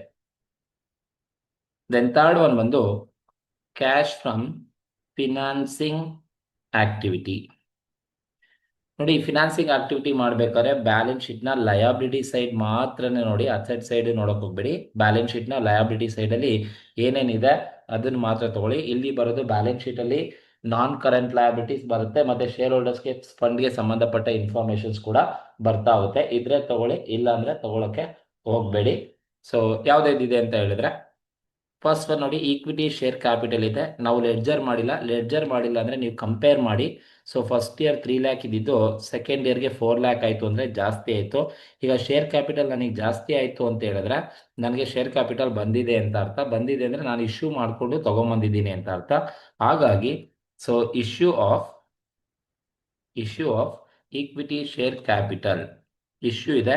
ಸೊ 3 ಲ್ಯಾಕ್ ರುಪೀಸ್ ಇದ್ದಿದ್ದು 4 ಲ್ಯಾಕ್ ರುಪೀಸ್ ಆಯಿತು. 4 ಲ್ಯಾಕ್ ರುಪೀಸ್ ಆಯಿತು ಅಂತ ಹೇಳಿದ್ರೆ ನಾನು ತೊಗೊಂಬಂದಿದ್ದೀನಿ ಅಂತ ಅರ್ಥ. ಎಷ್ಟು ಜಾಸ್ತಿ ಆಯಿತು? 1 ಲ್ಯಾಕ್ ರುಪೀಸ್ ಜಾಸ್ತಿ ಆಯಿತು.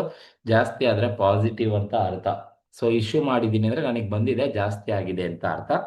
ಸೊ ಹಾಗಾಗಿ share capital, equity share capital ಜಾಸ್ತಿ ಆಗಿದೆ, issue of equity share capital ಅಂತ ತಗೊಳ್ತೀವಿ. ಅದೇ ತರ ರಿಡೀಮಬಲ್ ಪ್ರಿಫರೆನ್ಸ್ ಶೇರ್ಸ್ ಇದೆ. 1,50,000 ಇದ್ದಿದ್ದು 1 ಲ್ಯಾಕ್ ಆಯಿತು ನೋಡಿ. ಫಸ್ಟ್ ಇಯರ್ 1,50,000 ಪ್ರಿಫರೆನ್ಸ್ ಶೇರ್ಸ್ ಇತ್ತು, ಸೆಕೆಂಡ್ ಇಯರ್ಗೆ 1 ಲ್ಯಾಕ್ ಆಯಿತು. ಶೇರ್ ಕ್ಯಾಪಿಟಲ್ ಕಡಿಮೆ ಆಗಿದೆ ಅಂತ ಹೇಳಿದ್ರೆ ನಾನು ಪೇಮೆಂಟ್ ಮಾಡಿದ್ದೀನಿ ಅಂತ ಅರ್ಥ.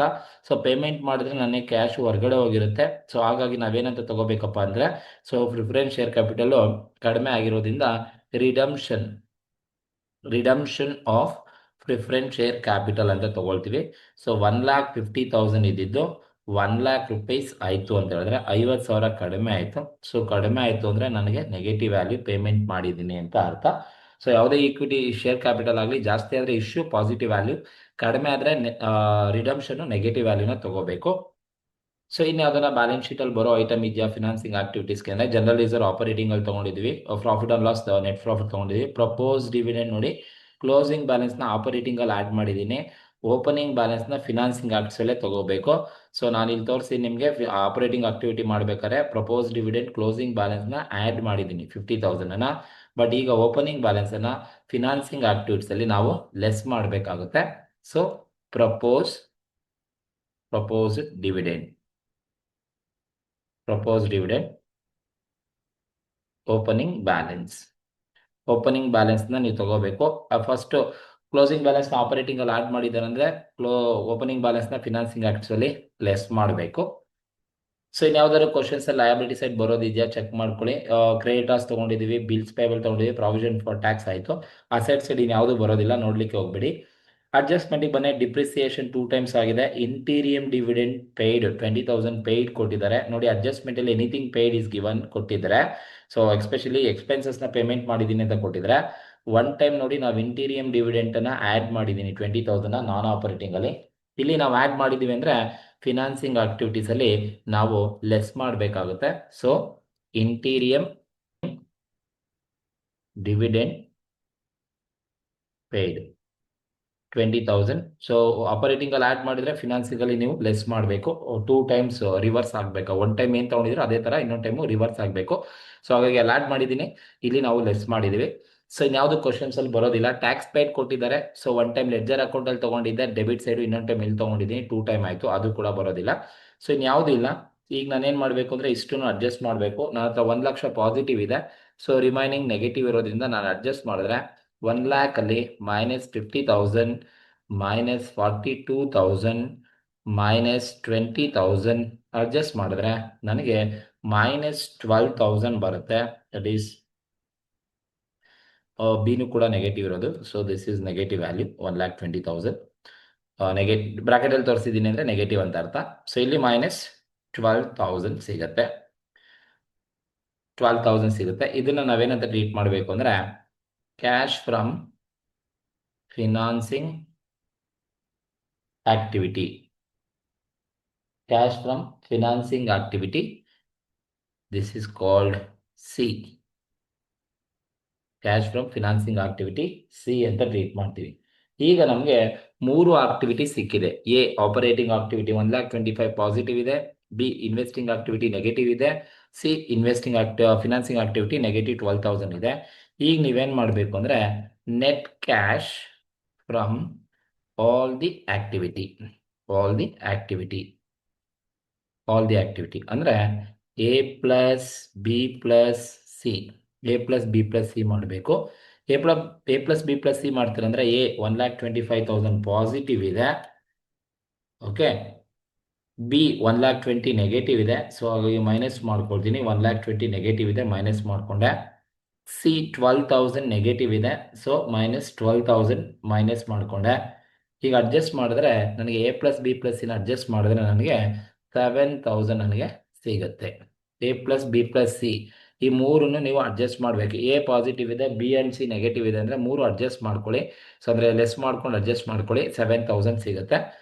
ಇದಕ್ಕೆ ನೀವೇನು ಮಾಡಬೇಕು ಅಂದರೆ ಏನು ಆ್ಯಡ್ ಮಾಡಬೇಕಪ್ಪ ಅಂದರೆ opening balance of cash and bank.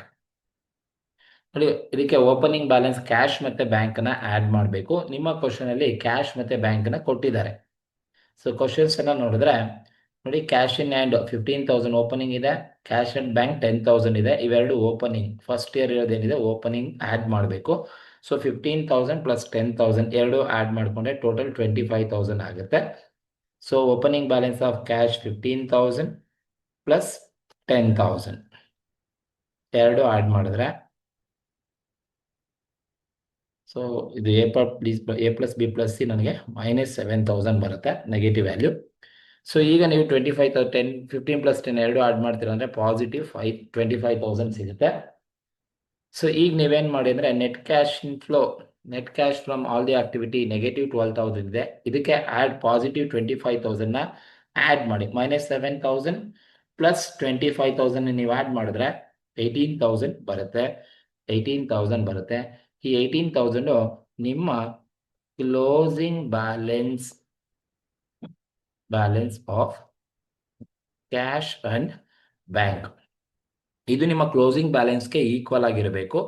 ಈಗ ಚೆಕ್ ಮಾಡ್ಕೊಳ್ಳಿ, ನಿಮ್ಮ ಕ್ಲೋಸಿಂಗ್ ಬ್ಯಾಲೆನ್ಸ್ ಕ್ಯಾಶ್ ಮತ್ತು ಬ್ಯಾಂಕ್ ಎರಡು ಟೋಟಲ್ ಮಾಡಿದ್ರೆ ನೋಡಿ, ಕ್ಲೋಸಿಂಗ್ ಬ್ಯಾಲೆನ್ಸ್ ಕ್ಯಾಶ್ 10,000 ಇದೆ, ಇದು 8,000 ಇದೆ. ಈಗ ಎರಡನ್ನ ನೀವು ಆ್ಯಡ್ ಮಾಡಿಕೊಂಡ್ರೆ ಸೊ 10,000 ಪ್ಲಸ್ 8,000 ಎರಡು ಆ್ಯಡ್ ಮಾಡಿದ್ರೆ 18,000 ಬರಬೇಕು. ಸೊ ನಮ್ಗೆ ಆನ್ಸರ್ ಕೂಡ ಬಂದಿರೋದು ನೋಡಿ 18,000 ಬಂದಿದೆ. 18,000 ಕ್ಲೋಸಿಂಗ್ ಬ್ಯಾಲೆನ್ಸ್ ಆಫ್ ಕ್ಯಾಶ್ ಬಂದಿದೆ. That is 10,000 plus 8,000. 10,000 ಪ್ಲಸ್ 8,000 ಎರಡು ಆ್ಯಡ್ ಮಾಡಿದ್ರೆ 18,000 ಬರುತ್ತೆ. ಸೊ ನಿಮ್ಮ ಆನ್ಸರು ಅಷ್ಟೇ ಆನ್ಸರ್ಸ್ ಬರಬೇಕಾಗುತ್ತೆ. ಅವಾಗ ನೀವು ಮಾಡಿರೋ ಆನ್ಸರ್ಸ್ ಕರೆಕ್ಟ್ ಇದೆ ಅಂತ ಅರ್ಥ. ಸೊ ಇದು ಕ್ಯಾಶ್ ಫ್ಲೋ ಸ್ಟೇಟ್ಮೆಂಟನ್ನು ನೀವು ಹೀಗೆ ಮಾಡಬೇಕು. ಸೊ ಒಂದು ಆಪರೇಟಿಂಗ್ ಆಕ್ಟಿವಿಟಿ ಜಾಸ್ತಿ ಟೈಮ್ ತಗೊಳುತ್ತೆ, ಕರೆಕ್ಟಾಗಿ ನೋಡ್ಕೊಂಡು ಆನ್ಸರ್ ಮಾಡಬೇಕು. ಇನ್ವೆಸ್ಟಿಂಗ್ ಆಕ್ಟಿವಿಟಿ ಆಗಲಿ ಫಿನಾನ್ಸಿಂಗ್ ಆಕ್ಟಿವಿಟೀಸಲ್ಲಿ ಬರೋದು ಕಡಿಮೆ ಇನ್ಫಾರ್ಮೇಷನ್. ಇದೇ ಥರ ಕ್ವಶನ್ಸನ್ನು ನೀವು ಎಕ್ಸ್ಪೆಕ್ಟ್ ಮಾಡ್ಬೋದು. ಈ ಒಂದು ಕ್ವಶನ್ಸಲ್ಲಿ ನಿಮ್ಗೆ ಏನಾದ್ರು ಡೌಟ್ಸ್ ಇದೆ ಕಮೆಂಟ್ ಮೂಲಕ ತಿಳಿಸಿ. ಹಾಗೆ ಒಂದು ವಿಡಿಯೋ ನಿಮ್ಗೆ ಇಷ್ಟ ಆಗಿದ್ರೆ ದಯವಿಟ್ಟು ಸಬ್ಸ್ಕ್ರೈಬ್ ಮಾಡಿ, ಶೇರ್ ಮಾಡಿ, ಲೈಕ್ ಮಾಡಿ, ಕಮೆಂಟ್ ಮಾಡಿ, ಹಾಗೆ ಸಪೋರ್ಟ್ ಮಾಡಿ. Thank you.